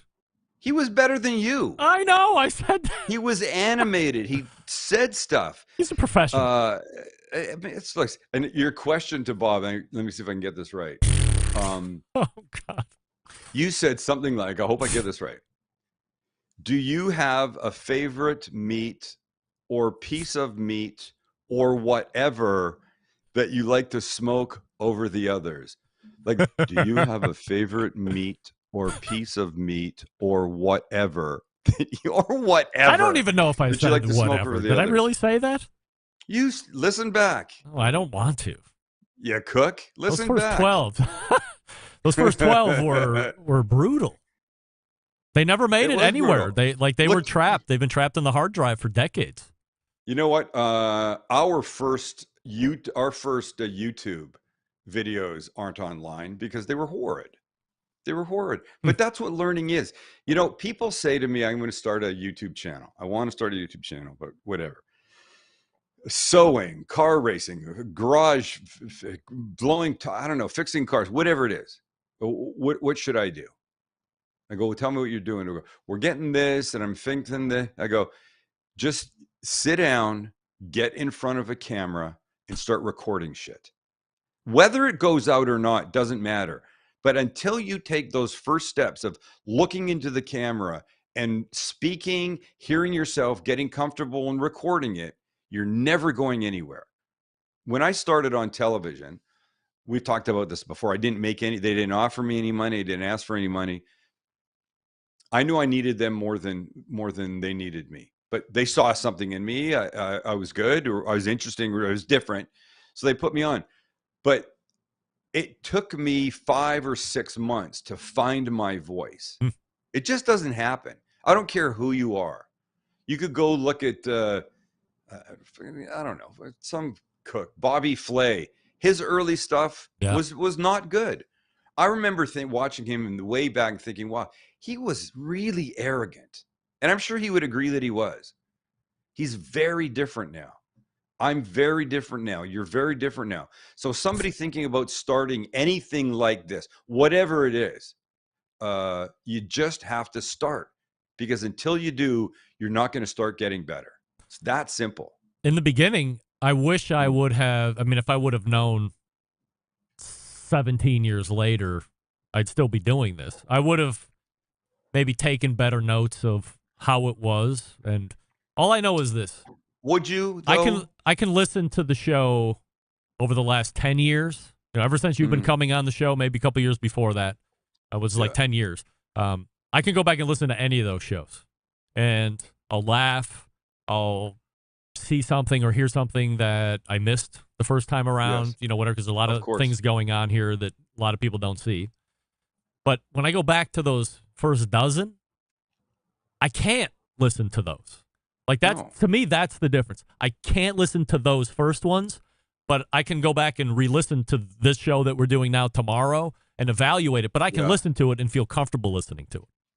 I don't make crepes. I've never made a crepe. I don't even like crepes. But anybody that makes crepes, for some reason, they tell you this. When you sit down to make some crepes, or sorry, stand up, you're probably not sitting down. When you go to make some crepes, the first one is always shit, and you basically just throw it out. And whether it's the pan gets to the right temperature, the thinness of the batter, you got your system down, you're working your wrist so it goes all the way around, whatever it is, the first crepe is shit, the next ones are good. The first shows you do on YouTube, on TV, if you're disc jockey on the radio, whatever that stuff is, you just have to fucking sit down and start doing it. Don't worry that you don't have perfect lighting and sound and stuff like that. It doesn't matter. You've got to do it. You really do. We're talking with Sam, the cooking guy, from thecookingguy.com. Shop STCG.com is the place to go to buy all of his merchandise and whatnot. We'll talk about some of that here in just a second. Sam, have you reached the pinnacle of YouTube success when scammers will jump into your comments to try and swindle your fans out of money? And I only ask because finally, after replying to the videos, I reply to every video you put up. I reply the same 2 words every single time, never get an answer. And then last week, I got a reply back from YouTube, and here it is. Kind of looks like Sam, but it's Sam the Cooking Guy in the number 2. And it says, return my DM or whatever, and you can, win this, whatever. I was like, wow, finally, somebody's trying to scam me. Somebody read my comment, and I'm happy now. But,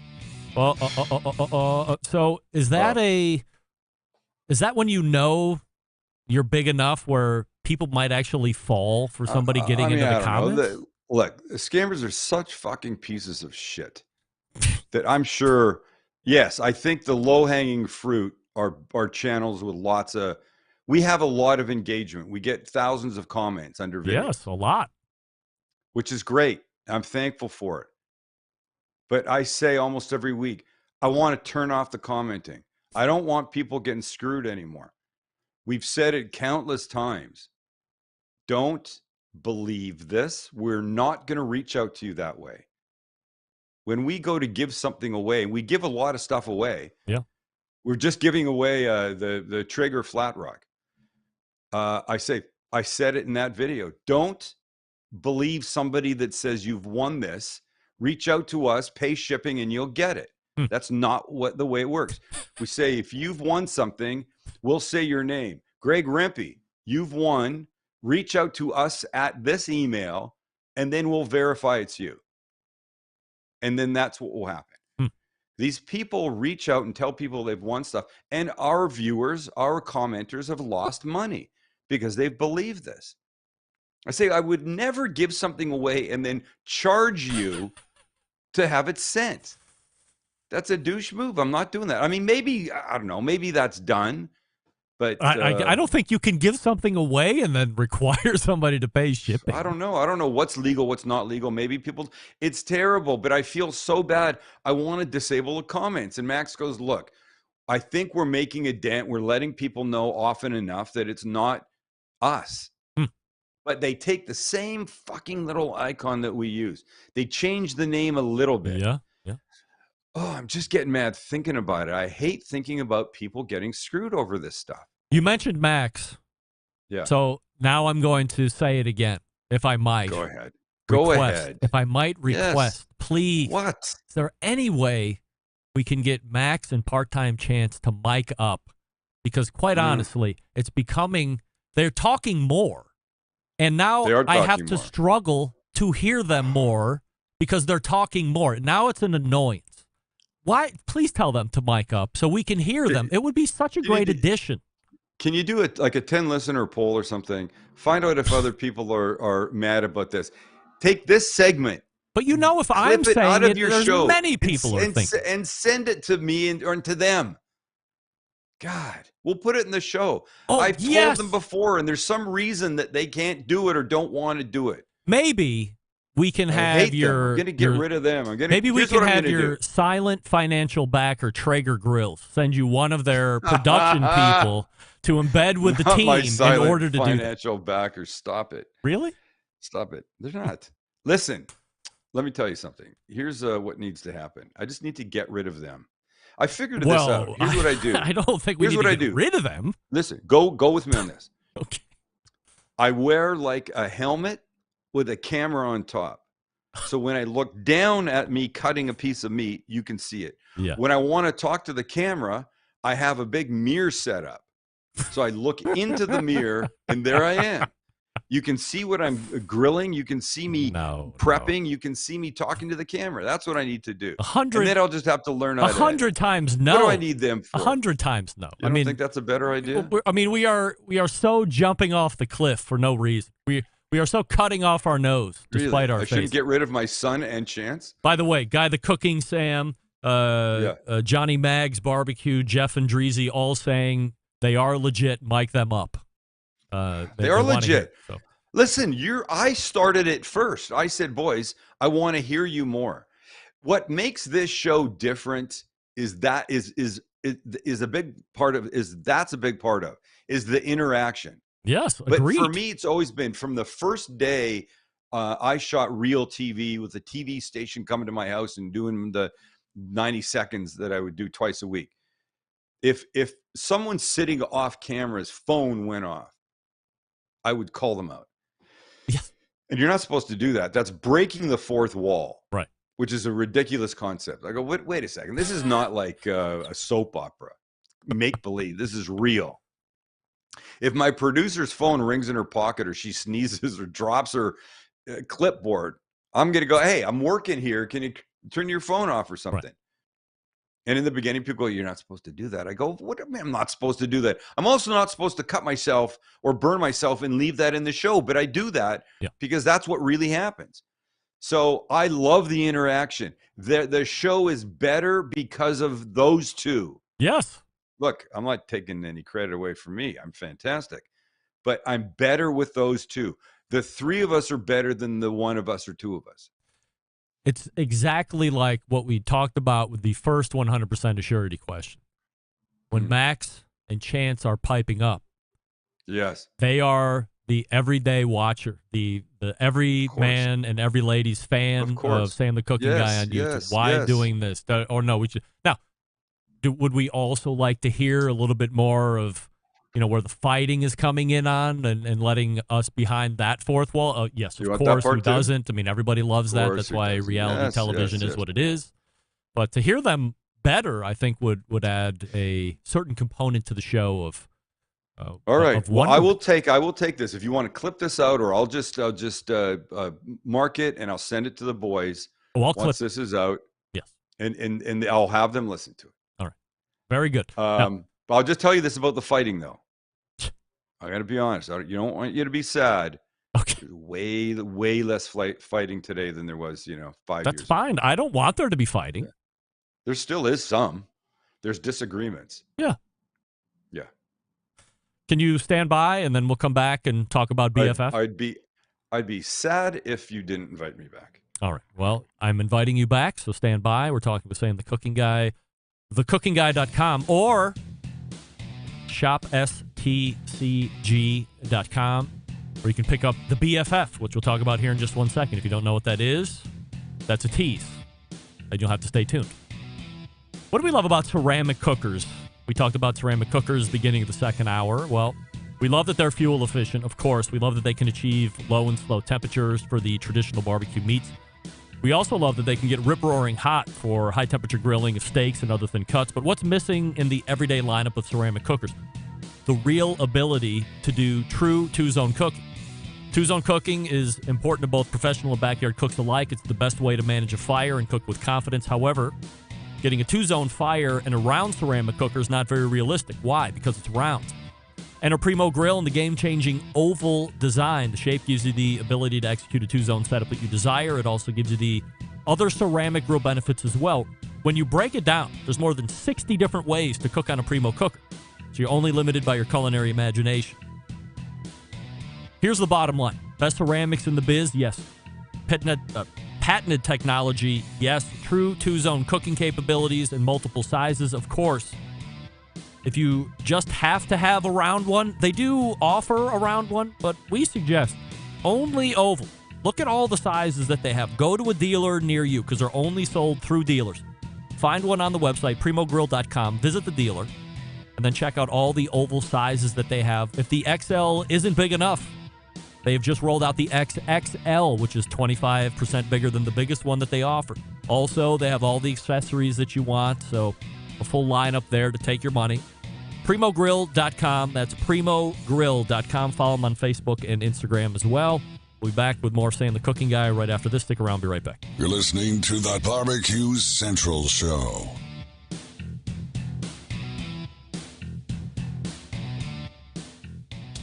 Let's get back to a guy who has more experience giving you his opinion than he actually has cooking. Once again, here's your host, Greg Rempe.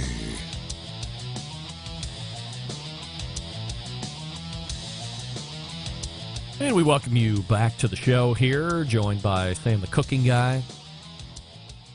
You have a first ever seasoning that you have released called the BFF. Best fucking flavor. Or that. Salt, pepper, garlic. Or best friend flavor. Best friend. It should be your best friend because you can put it on, of course, anything. I keep it at my counter side, by my stove, goes on eggs, a little bit goes on, this might piss everybody off. Oh, what? A little bit goes on cottage cheese when I have some. Why wouldn't you? I don't know. I feel like not a lot of people like cottage cheese. I love cottage cheese. Like Great cottage source cheese. of protein. Oh, excellent. Good. I love cottage cheese. It's in I put it in my lasagna along with ricotta. It's so good. Yeah. So good. It belongs on everything. Then if you just keep it there, and ours comes in a cool little pouch with not what's the seal thing at the top? Yeah, the Ziploc. But it's not like a Ziploc bag. It's the press one. That's really cool. I like that. Yeah. So, first one. Will we do other ones? Perhaps. It doesn't mean that I can't say that the rub world is done. Hey, Sam, you want to play a game? Yeah. Another game? Sam, 100% yes or 100% no. In addition to the BFF seasoning, which is already available, you are going to release an activated charcoal rub. That's not true at all. 100% no. Oh. Some would say it's overplayed. Dick. So played. It's so played. Why does it take so long I keep saying this in your world. Yes. Your world. And I keep saying, which is this not is my world. buddy. Yeah. No, once again, you're that geek level world. Yes. Yeah. Why does it take this long to get BFF to market? Were you just like apprehensive about bringing salt, pepper, garlic rub or No, seasoning because to market, or get what? You gotta get the ratios right. You know, you want it right. You want packaging right. You want it to look right. You want it all to be right. But this is That's something the that thing. you've been using, that you've just been making it yourself and just having on hand all along, right? Yes, so of course. You have to find a co-packer to do this? You gotta have, we gotta. Who do you use for co-pack? Kind of stuff? Which is none of your business. What you want to know how much I made last year? Where's that question coming? Do you want to know how much I made last year? No, I would never ask that question. You sure? Yeah. Are you sure? Yeah. Ask All me right. once more. Ask me once more. Are you sure? Yeah. Once more. No, I don't think so. I think I learned my lesson. It just takes a while. You got to get the right salt. You need the right coarseness of pepper. You need not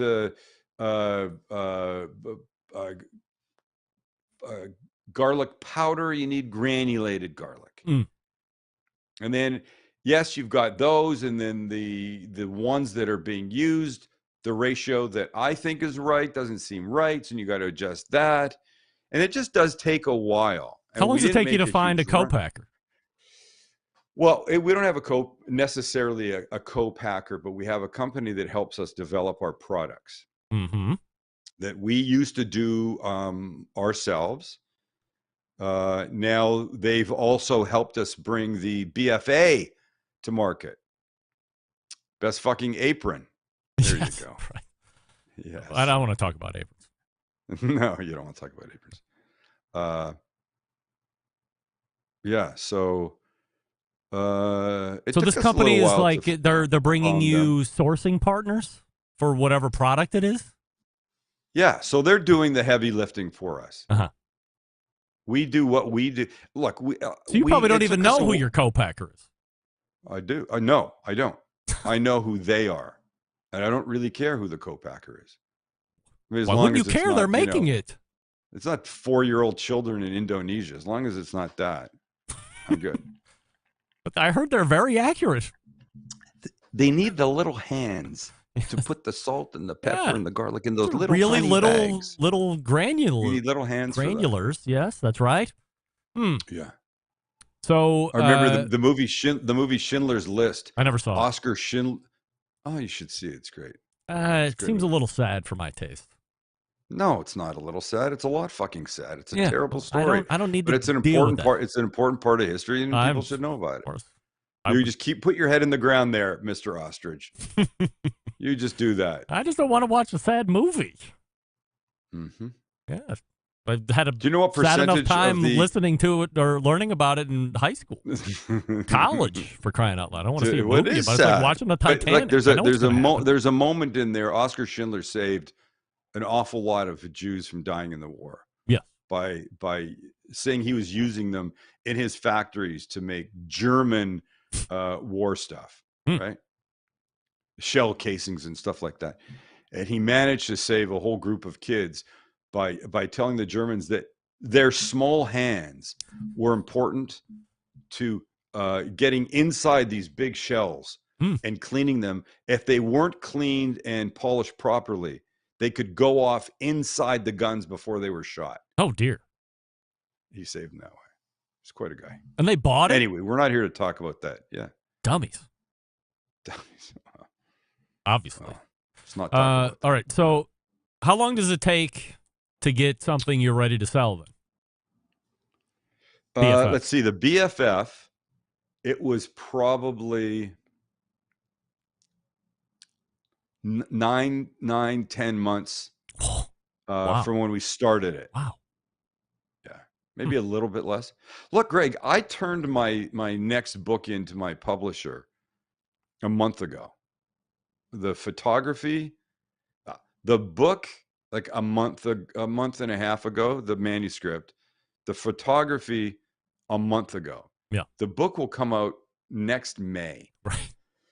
More than a year. Everything takes a long time. If I was self-publishing a book, it could be out, I could do the photography today and it would be out, in a week. Yeah. Literally. Make an Apple book in no time and then sell them one at a time, or, order 50 of them and then sell those on my website as they came out. But that's, that's not what I do best. I write. We take pretty pictures. Lucas Barbieri and I don't use a food stylist. I do it all. Lucas takes the pictures. They're beautiful. You didn't like that gorgeous fucking tomahawk that I sent you a picture of because it was overplayed with the charcoal on the outside of it. I think it's maybe right now my most favorite picture of the book.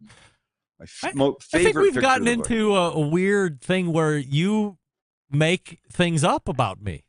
I never once did I sent you those pictures. What did like you say? Did you not do the overplayed thing on that too? No, I said it looked absolutely delicious. And then you said that it had the charcoal rub on it. Oh, and then you said it was overplayed. Yeah, but I forgot. I was just being That's all I heard. smartass. It's all I could hear. Yeah. All I could hear was the overplayed. Last comment. month you're telling me overplayed where comment. my business alignments were, and now you're telling me wait, about, wait, what was that? on. Speaking of liking to hear the fighting, people love this part.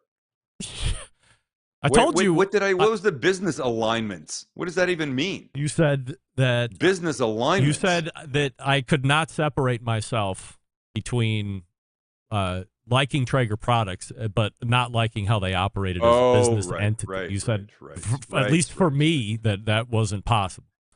Right. And then we brought it. That's when I brought in Chris Young. I called you a cook. Right. And we went from there. Cook. Yes. Right. Yeah. But I had a number of people stop me at the HPB Expo and say randos, like, "Hey, are you the Barbecue Central show guy?" Yeah, because it says, and I have my shirt. And they said, we love the Sam, the cooking guy. Nobody said anything about the cook part. But they were like, we love the fact that you guys were really having – I didn't think we were exceptionally more back and forth last week than we have been in the past. You know what this is? This is just real. I thought it got more pointed when I asked you how many burritos or tacos you needed to make to break even in the restaurant. You got all, I don't like to talk. Boy, jeez, can we talk about Cuckoo's Nest though? I don't even know what that means. We opened a fried chicken sandwich restaurant. You did? Do not. Jeez. I mean, it's tough to keep up. You're a prolific restaurateur. Sorry. So okay, we have not tacos. Go ahead. Sam Burgers. Say it like one word. Sam Burgers. Samburgers. People come up to me sometimes and they go, "Hey, we ate at Sam's Burgers yesterday," and now I'm forced to correct them. No, then I'm forced to correct them from one stupid name to another one. I go. So always, how was it? Great. Can I just? It's not Sam's Burgers. It's Sam Burgers because that's much more intelligent. You correct them. I correct them. You don't. I don't want them saying it wrong. You just want them going. It's like no press is or bad press. It's a good fucking name. Sam's but I wouldn't get your panties in a bunch. Is as easy as John's Burgers or Greg's Burgers or Doug Scheiding's Burgers. No, it's not the same as Greg's Burgers. Sam Burgers and Greg's Burgers are not the same. Sam Burgers runs together better than Greg's Burgers. Sam's Burgers is not Sam Burgers. Samburgers is like hamburgers. You're only changing one letter. Samburgers is one hell of a genius name. Sam's Burgers is just nothing. Samburger sounds like hamburger with an S on the front. Thank you, Samburgers. Yes. But Greg Burger doesn't sound the same. But then we have not tacos. We have Samburgers. We have Grays, and now Cuckoo's drum roll, Nest. Please. Cuckoo's Nest. And I want to show you a picture. It won't be good if I send it to you. Can you put it up? I because can. It's beautiful. Thank you. Now, is this a Nashville hot chicken themed sandwich place? No, hold on. Greg. Guy the Cooking Sam says the next restaurant you should have is called Steamed Hams. What? I don't know why that is so Tell him funny. Just go have steamed. Tell him to just go. Tell the guy the cooking Sam to just go eat some Loco Moco. Yeah. I don't even know what that means. Oh, did you text it to me? Oh, should I not? I That's should email fine. it. I just gotta. I can email it. No. It's come by email right now. I just got to go to the message. Just stand by. I was looking for the email, but here we go. All right. Look at this. Blow it up. Bring it out here. Blow it up. Look Bingo. at that. Now that's a Korean Nashville fried hot chicken. No, it's not. That's our Korean fried chicken, our KFC.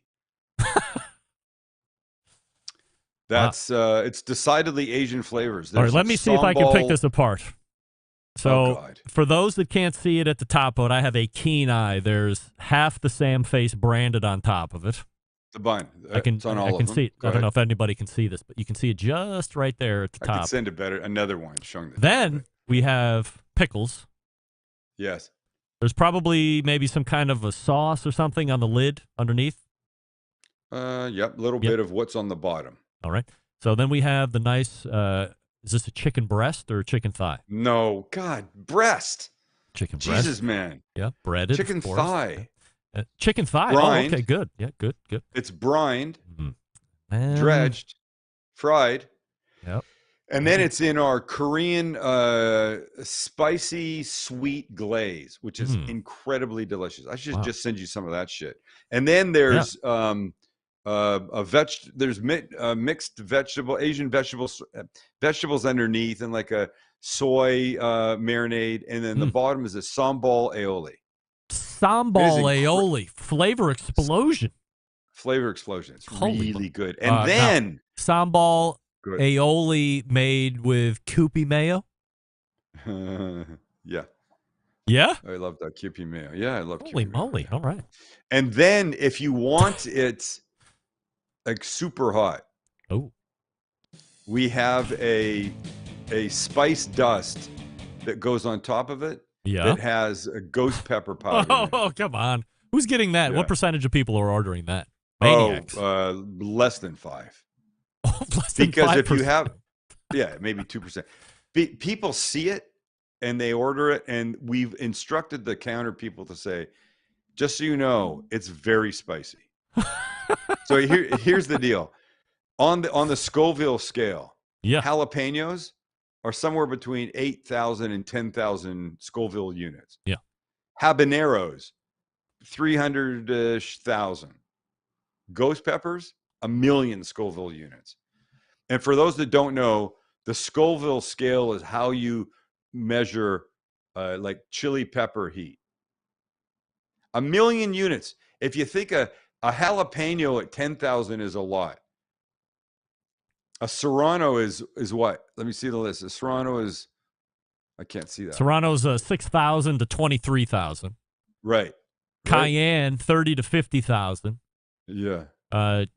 Ghost pepper 855 to 1.041. Trinidad and Scorpion 1.2 to 2, and then the Carolina Reaper, best known by eaten by Catfish Cooley, who ate 3 of them and then chugged a 5th of whatever that cinnamon shit is that people seem to Fireball. 1.4 to 2.2 million, and in the middle of his heat stroke induced chugging of his 5th of Fireball, he said it felt like he was eating some of Satan's testicles. We did, we did the Max Chance and I did the one chip challenge. You know that? Did you ever see that episode? Yes. Yeah, because yes, Max I thought did. it would be a good idea. Max ordered them, and then he pussed way the F out. Yeah. He ate like this much of a little chip, spit it out. Chance and I ate the whole chip. But I mean, and it was the worst thing I've ever done. What are you trying to prove? I mean, you watch everybody else do it. They're incredible. No, pain. Here's the problem. I watched some of my fellow countrymen. America? No. Sorry. Then. Now I'm American. Yes. Then my fellow Canadian countrymen. Newscasters. 2 men and a woman try it on the air one day. And while 2 of them thought it was pretty hot, one guy was like, it was no big deal for him. Now, I'll admit that this was a few years ago, and they say they've gotten spicier over the years. They've amped it up. Like each year they go, this is the hottest one yet. So I don't know. I'm looking at this. I'm going, wow, Canadians are pussies when it comes to the heat. They don't have Mexican food up there. At least they don't have decent Mexican food up there. Nothing spicy. And if those pussies thought that the one chip was nothing, fuck it. Come on, we'll do it we'll take one for the team, for the show. All right, ready? I'm going to be 100% honest here right now because you said something that just jogged my memory. I don't want to do this. Yes, you do. If nothing, I am transparent to you. So last month, we were in Houston. I went to a Mexican restaurant at the recommendation of show sound engineer Daniel Trisna, who lives in Houston. And he said, go here. It'll change your life. Get the fajitas, change your life. And I was like, okay. I've never had a fajita that's changed my life. Okay. I don't think it's possible, but go ahead. The point of the story is this. Sit down. They said, first time here? Yes.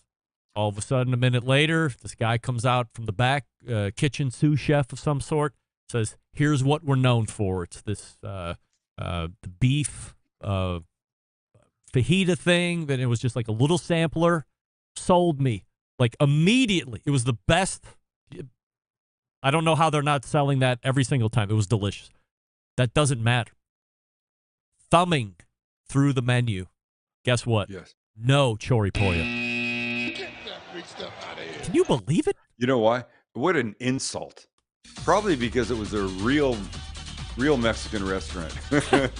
And that's all. So I immediately looked up to my wife and I said, holy shit, there's no choripollo on the menu. I can both have to and I can't tell Sam because he'll say, well, you're probably at a real Mexican restaurant. Because real Mexican restaurants don't serve choripollo. I just said. Wait a second. I find this interesting. Yeah. You go to a restaurant, they go, have you ever been here before? And as you're saying no, the guy runs off to the kitchen. And what price point was that on the menu? Oh. If they do that for everybody? Well, so what it was, so it wasn't the same person. The hostess sat us down, said, is this your first time here? We said yes. So she sat us down, must have like radioed back to the kitchen and said, table 17, first time in. And then a sous chef comes out with two little plates with just a sampling of this meat and how they like a couple of bites on each one? Yeah. And I said, here's the whole crew? This is what we're known for. And I was like, okay. So I had it, Becky had it, and we both looked at each other and we were like, this is some really great beef. And on the menu, you ordered it by the pound. So it was 1 pound of 1 pound of beef, 1 pound of chicken, on and on and on. It was great. Quantos? Yeah, How much? Do you remember? Well, I can tell you the whole dinner. So we got that. How many of you? Just my wife and I. And we got she might have got one margarita. I don't drink, so I didn't cost anything. Yeah, I know you don't drink. And then sopapilla and a flan, which was mind-blowing. I think we were out after tip $100. Said no one ever. $100, that's not bad. No, I'm not complaining. It was great. Hey, wait, did you get that beef? Yes, we got a pound of beef and a pound of chicken. It was delicious. And what did the miss it? With Becky, what? We ate that together. Oh, you got one order. You ordered a pound of it and split it. Yes. Yeah. Got it. Pound of the beef, pound of the chicken. Remember how much it was? Between us. $100. No, with just that one beef thing was. Oh, $40. Yeah, maybe. Might have been less. I mean, it's flank steak, so it's not like it's Wagyu. You know, it's funny. I'm not the biggest fan of flank anymore. Something's happened to me. Oh, I just made flank the other night on the new grill that nobody else has in the country. I saw that. And I made a steak sando. It was delicious. So happy. It was made very more tender. Delicious by that beautiful Sam the Cooking Guy knife that you cut it with. Yeah, the machete knife. Yeah, wait till you get the next one. The boner's coming. What? 6 inch. If I had a nickel. Yeah, I bet. We have a 6-inch boning knife coming up. Flexible blade and everything, huh? Yeah. Wow. Not flexible like a fillet knife like you would use for fish, but because you don't want it that flexible. Yeah. Oh, yeah. You absolutely. Yeah. Well, that's going to be great to trim up those briskets and pork butts and stuff. Oh. I said to myself, I never need one of those. But the more I get into this meat world, the more I find that's what I want. Here's the question. I want that long. Yeah. To end the evening. Yeah. Within the past few years. When are we going to do a 2-hour show, just you and me? Oh, nobody else. Do you know if I came to Cleveland, could we do 2 hours by ourselves? I mean, of course we could. Okay. You would Not sit, could. You would sit though. right here. And there you would sit right here. I don't have it dialed in, but that's where the guests sit. Wait, you going to give me the chair the cat pisses on? No, the cat can't jump up that high. They just piss on the floor and your equipment. By and large. Well, the cat can't get to the chair, but it can get up onto the console where the gear is. No, the console is on the floor. What? Yeah. Well, then you have only yourself to blame for getting your shit pissed on. Where is it? That's it. Oh my! It's now this is something people want to see. What a sophisticated setup! It's in the box. Is it under the box now? Yes, of course. That's good. That's good. Now the cat can't piss on it, and I Can we didn't see drill that shit more often. What? Can I suggest a back camera? Yes, thank you. This is what the people want to see. Listen, everybody that's on Clubhouse. Wait, there's nobody at Clubhouse. Everybody that's watching, let Greg know. Is this what you want to see? This is fucking cool, man. Yeah, but come on. But now I can't see you. Well, who cares if you? I'm not important. That's important. People see enough of my stupid face. Yeah, it's nonsense. Now, so what I was trying to say is, in the last few years, you've gone from a singular Nakiri knife to now a full line of Sam the Cooking Guy cutlery. There's cookware. There's clothing. Now the apron that you just mentioned. Oh, an apron. So the question is this. What? Yeah. 6 years ago, 7 years ago, did you ever think that a portion, perhaps a large portion of your online business was going to be products? Ask me that as a 100% a surety question. 100% yes or 100% no? No. I didn't think that a big portion would come from products. I didn't. But this is like, did you want to do that? Did I want to? Like some people are like, I don't want to. I want to sell to my audience. Wait, huh? Like some people don't want to sell to their audience. They feel don't want like to weird sell about to that. their audience. Yeah. Here's what's interesting. They don't have to buy it. If they don't like the idea of having a cast iron pan, and I say it all the time. I go, look, if you don't buy my cast iron pan, I'm okay with it. Yeah. You should just go get a cast iron pan. And the best one you should get, if you're not buying mine, you go to your grandparents and you take theirs, assuming they're not using it anymore. I have 3 of my grandmother's cast iron pans that are probably now well over 100 years old. Wow. But that's the beauty of cast iron. They say cockroaches are going to be the last things on this earth. No, they're not. They've got a fucking life expectancy of something. The cockroaches are going to die. If nuclear winter came, the cockroaches would be gone. Yeah. And the cast iron pans that were not in the direct pit of where the bomb fell, blast zone, they'd still be around. They're not going away. Right. That aluminum shit, the stainless steel stuff, goodbye. Non-stick, see you later. But cast iron is never going away. And by the way, all this month on Sam the Cooking Guy on YouTube is Smash Month. Every day, every Monday, Wednesday, Friday, we're smashing something. So is that why you did the best burger ever made version 3 yesterday? Wow, it's so good. So good. So good. I just made smash burgers for the first time on my griddle indoors last week. And? Delicious. Yeah. I don't know why I waited so long, but I did. So Sam Burgers, or Sam's Burgers as you call Sam's them. Hamburgers. Sam's Hamburgers.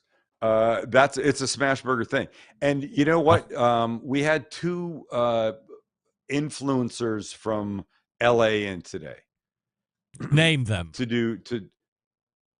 No. Why? Jeez. Why do I have to? Why do I have I just wondered who they were. Was one of their names David Dobrik? No. Damn. No. So they were in today, And we did a tasting of everything, Grays and Not and Cuckoo's Nest and Sandburgers. And I said, here's what I want you to try from Sandburgers. I want you to try the not so basic, which is it's our cheeseburger. It's short rib, brisket, and like chuck blend. That's delicious. Cheese, kind of a delicious hamburger, in and out-esque type sauce. Right, it's great. But the other one I said I think you should try is we have a jalapeno with guacamole, jalapenos, crispy onions. But I said make that one in the chicken. You have a ground chicken option, a salmon ground option, and that.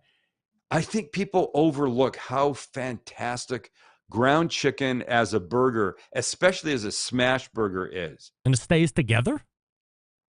Yeah, it stays together. Wow. Here's the thing. You don't think it would. Right. We did a chicken patty in this smash month. I don't know what day it's going to air. We've already shut. And it's pretty loose. But when you get it on the flat top and you smash it down, once it gets a crust on it and you flip it over, it stays together. Yeah. But it's really good as long as you use chicken thighs. Chicken thighs is really a good way to go. You can chop them, you can grind them, whatever you do. We use chicken thighs at the restaurant. We grind our own. They're really good. Every time I have one, I'm like, fuck, I forget how good this is. And when you go to the restaurant, in the menu, you can choose beef, chicken, salmon, or beyond. And the beef option, the blend, says Sam's favorite. Most people order that. It's also the only beef one.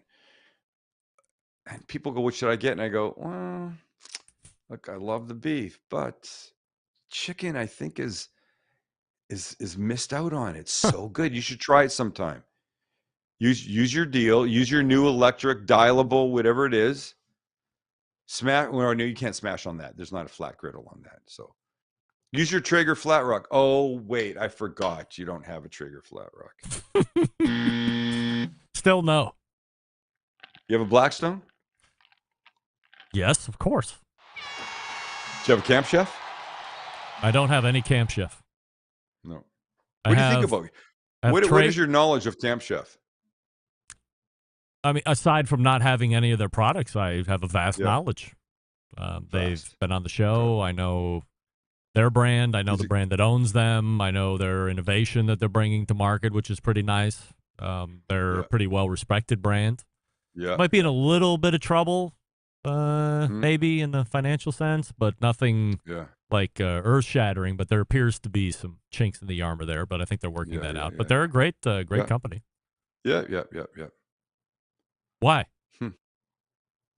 Oh, no, I'm just trying to name griddle type things that you might not. What I learned in the first hour is one of my show sponsors, Pits and Spits, is actually toying around with bringing a full size. Wait, does Weber has a Weber thing? just came out with one too last month. Yeah. So Weber's released theirs, and then the next day was Traeger's Flat Rock, and the next grill has one, and Charbroil has one, Danson's has one, Broil King has one, Blackstone obviously. There were a whole bunch of people at that expo that were showing off their flat tops only. That was the only thing in their exhibition booth was flat tops. I have a lot of shit in my backyard. I don't think I have as much stuff as you do. Few do. You have a lot of stuff. I don't know if I do. I said few. I say to people say to me, "Oh, few do." Yeah, few do. Few do. I say to people now, people go, what should I get? And I go, like, if I was redoing my backyard, here's what I would have. I would have something that I could use charcoal and or briquettes. Like kettle. I'm okay with briquettes. A kettle, some kind of kettle, something, old school Weber would be fine. An egg would be fine. Any of those, whatever you can use it on. Because I do think that you're missing out if you're not cooking on charcoal. For some of your stuff. Sure. It really is. It's exceptional, the flavor. I would also add into that mix something flat, because cooking on the flat changes what you do in your backyard. You know, so with the video that we did for Traeger on the flat rock, and I'm not talking about Traeger now, only what we did. Everybody in that video, everybody that, you know, they gave a flat rock to, they did pretty much the kind of the same things. They did a burger, they did the eggs and pancakes, fried and rice, bacon and fried rice and Philly cheesesteaks and shit. And I said, I'm not doing any of that. So we did that braided pizza. Yeah. I think that it just opens up what you can do. It's really fun. It's really fun. Get something flat. I don't care whose you get that's flat. Get something flat. Smash burgers. Yes, you can do those. You can do all kinds of stuff. And yes, they're big. The thing is, it's a big, wide cooktop, flat thing. So 36 you can inches. cook a shit ton of stuff. Yeah. It's all good. Sam the Cooking Guy is here on the first Tuesday in the second hour of every month. You can find him otherwise at thecookingguy.com or for all of his products, because he's now a products clearinghouse. Shop STCG. No, don't ever call me a products clearinghouse. That sounds like I'm taking you have all the products. And dent. I'm have taking all the scratch products. and dent fucking refrigerators I didn't think and selling I didn't them say at you a were products discount. repo That's not what I'm room. doing. No, a clearinghouse sounds like I'm selling fucking old crappy bullshit. Please. No, clearinghouse is the Everything's place you new. go for There's everything. That's a clearinghouse. Everything. No, I don't like that term. All right. Well, I don't want to be associated with if you would like to Publishers go to a Clearinghouse. place where only the finest high-lined seasoning, apparel, and cutlery and other products Thank you. are available, shop stcg.com. Subscribe to him on YouTube, as nearly 4 million of you do. And again, you can see him here the first Tuesday of every month in the second hour. Here's what I want you to say when we're done. You All say, right. well, you've said it all. Sam, Please say. you've said it all. Greg? Yeah, I have. You've said it all. I have. It's been a long time. It's been an hour. Yes, almost exactly an hour and 2 minutes. Wait, who called in sick today? Nobody called in sick. Okay. I never get this much time. You said once a quarter you'd rather press out 2 segments, so we're in a new I do quarter, like and 2 here we go. segments. Yeah. I think we're good. Well, here's the only thing that matters. What will the audience say? I know, Guy the Cooking Sam is too deep into his local. You don't know what Loco Moco is?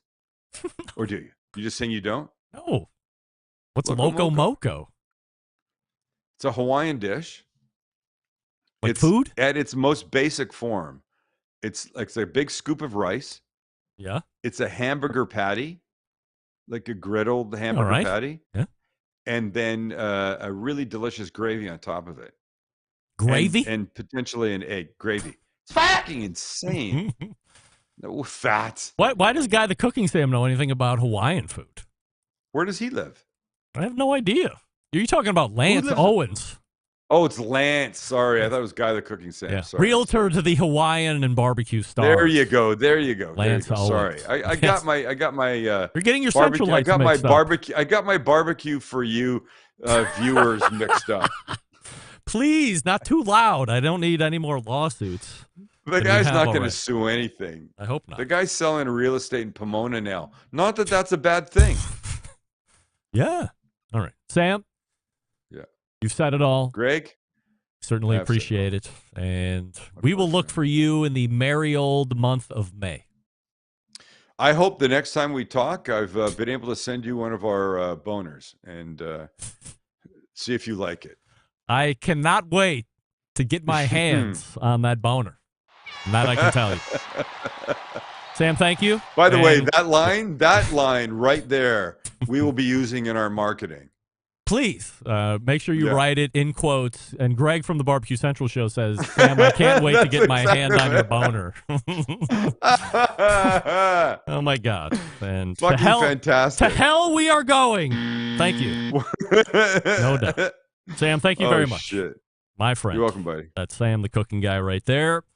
And we will go ahead and get ready to run out of here as we make a quick adjustment. A quick adjustment.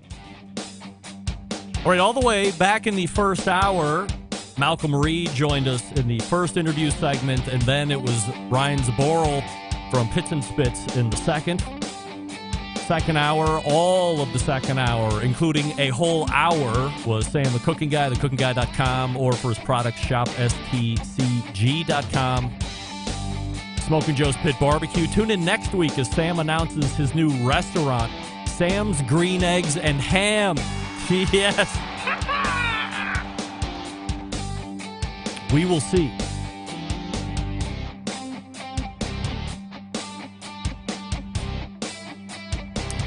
Big show planned for you next week.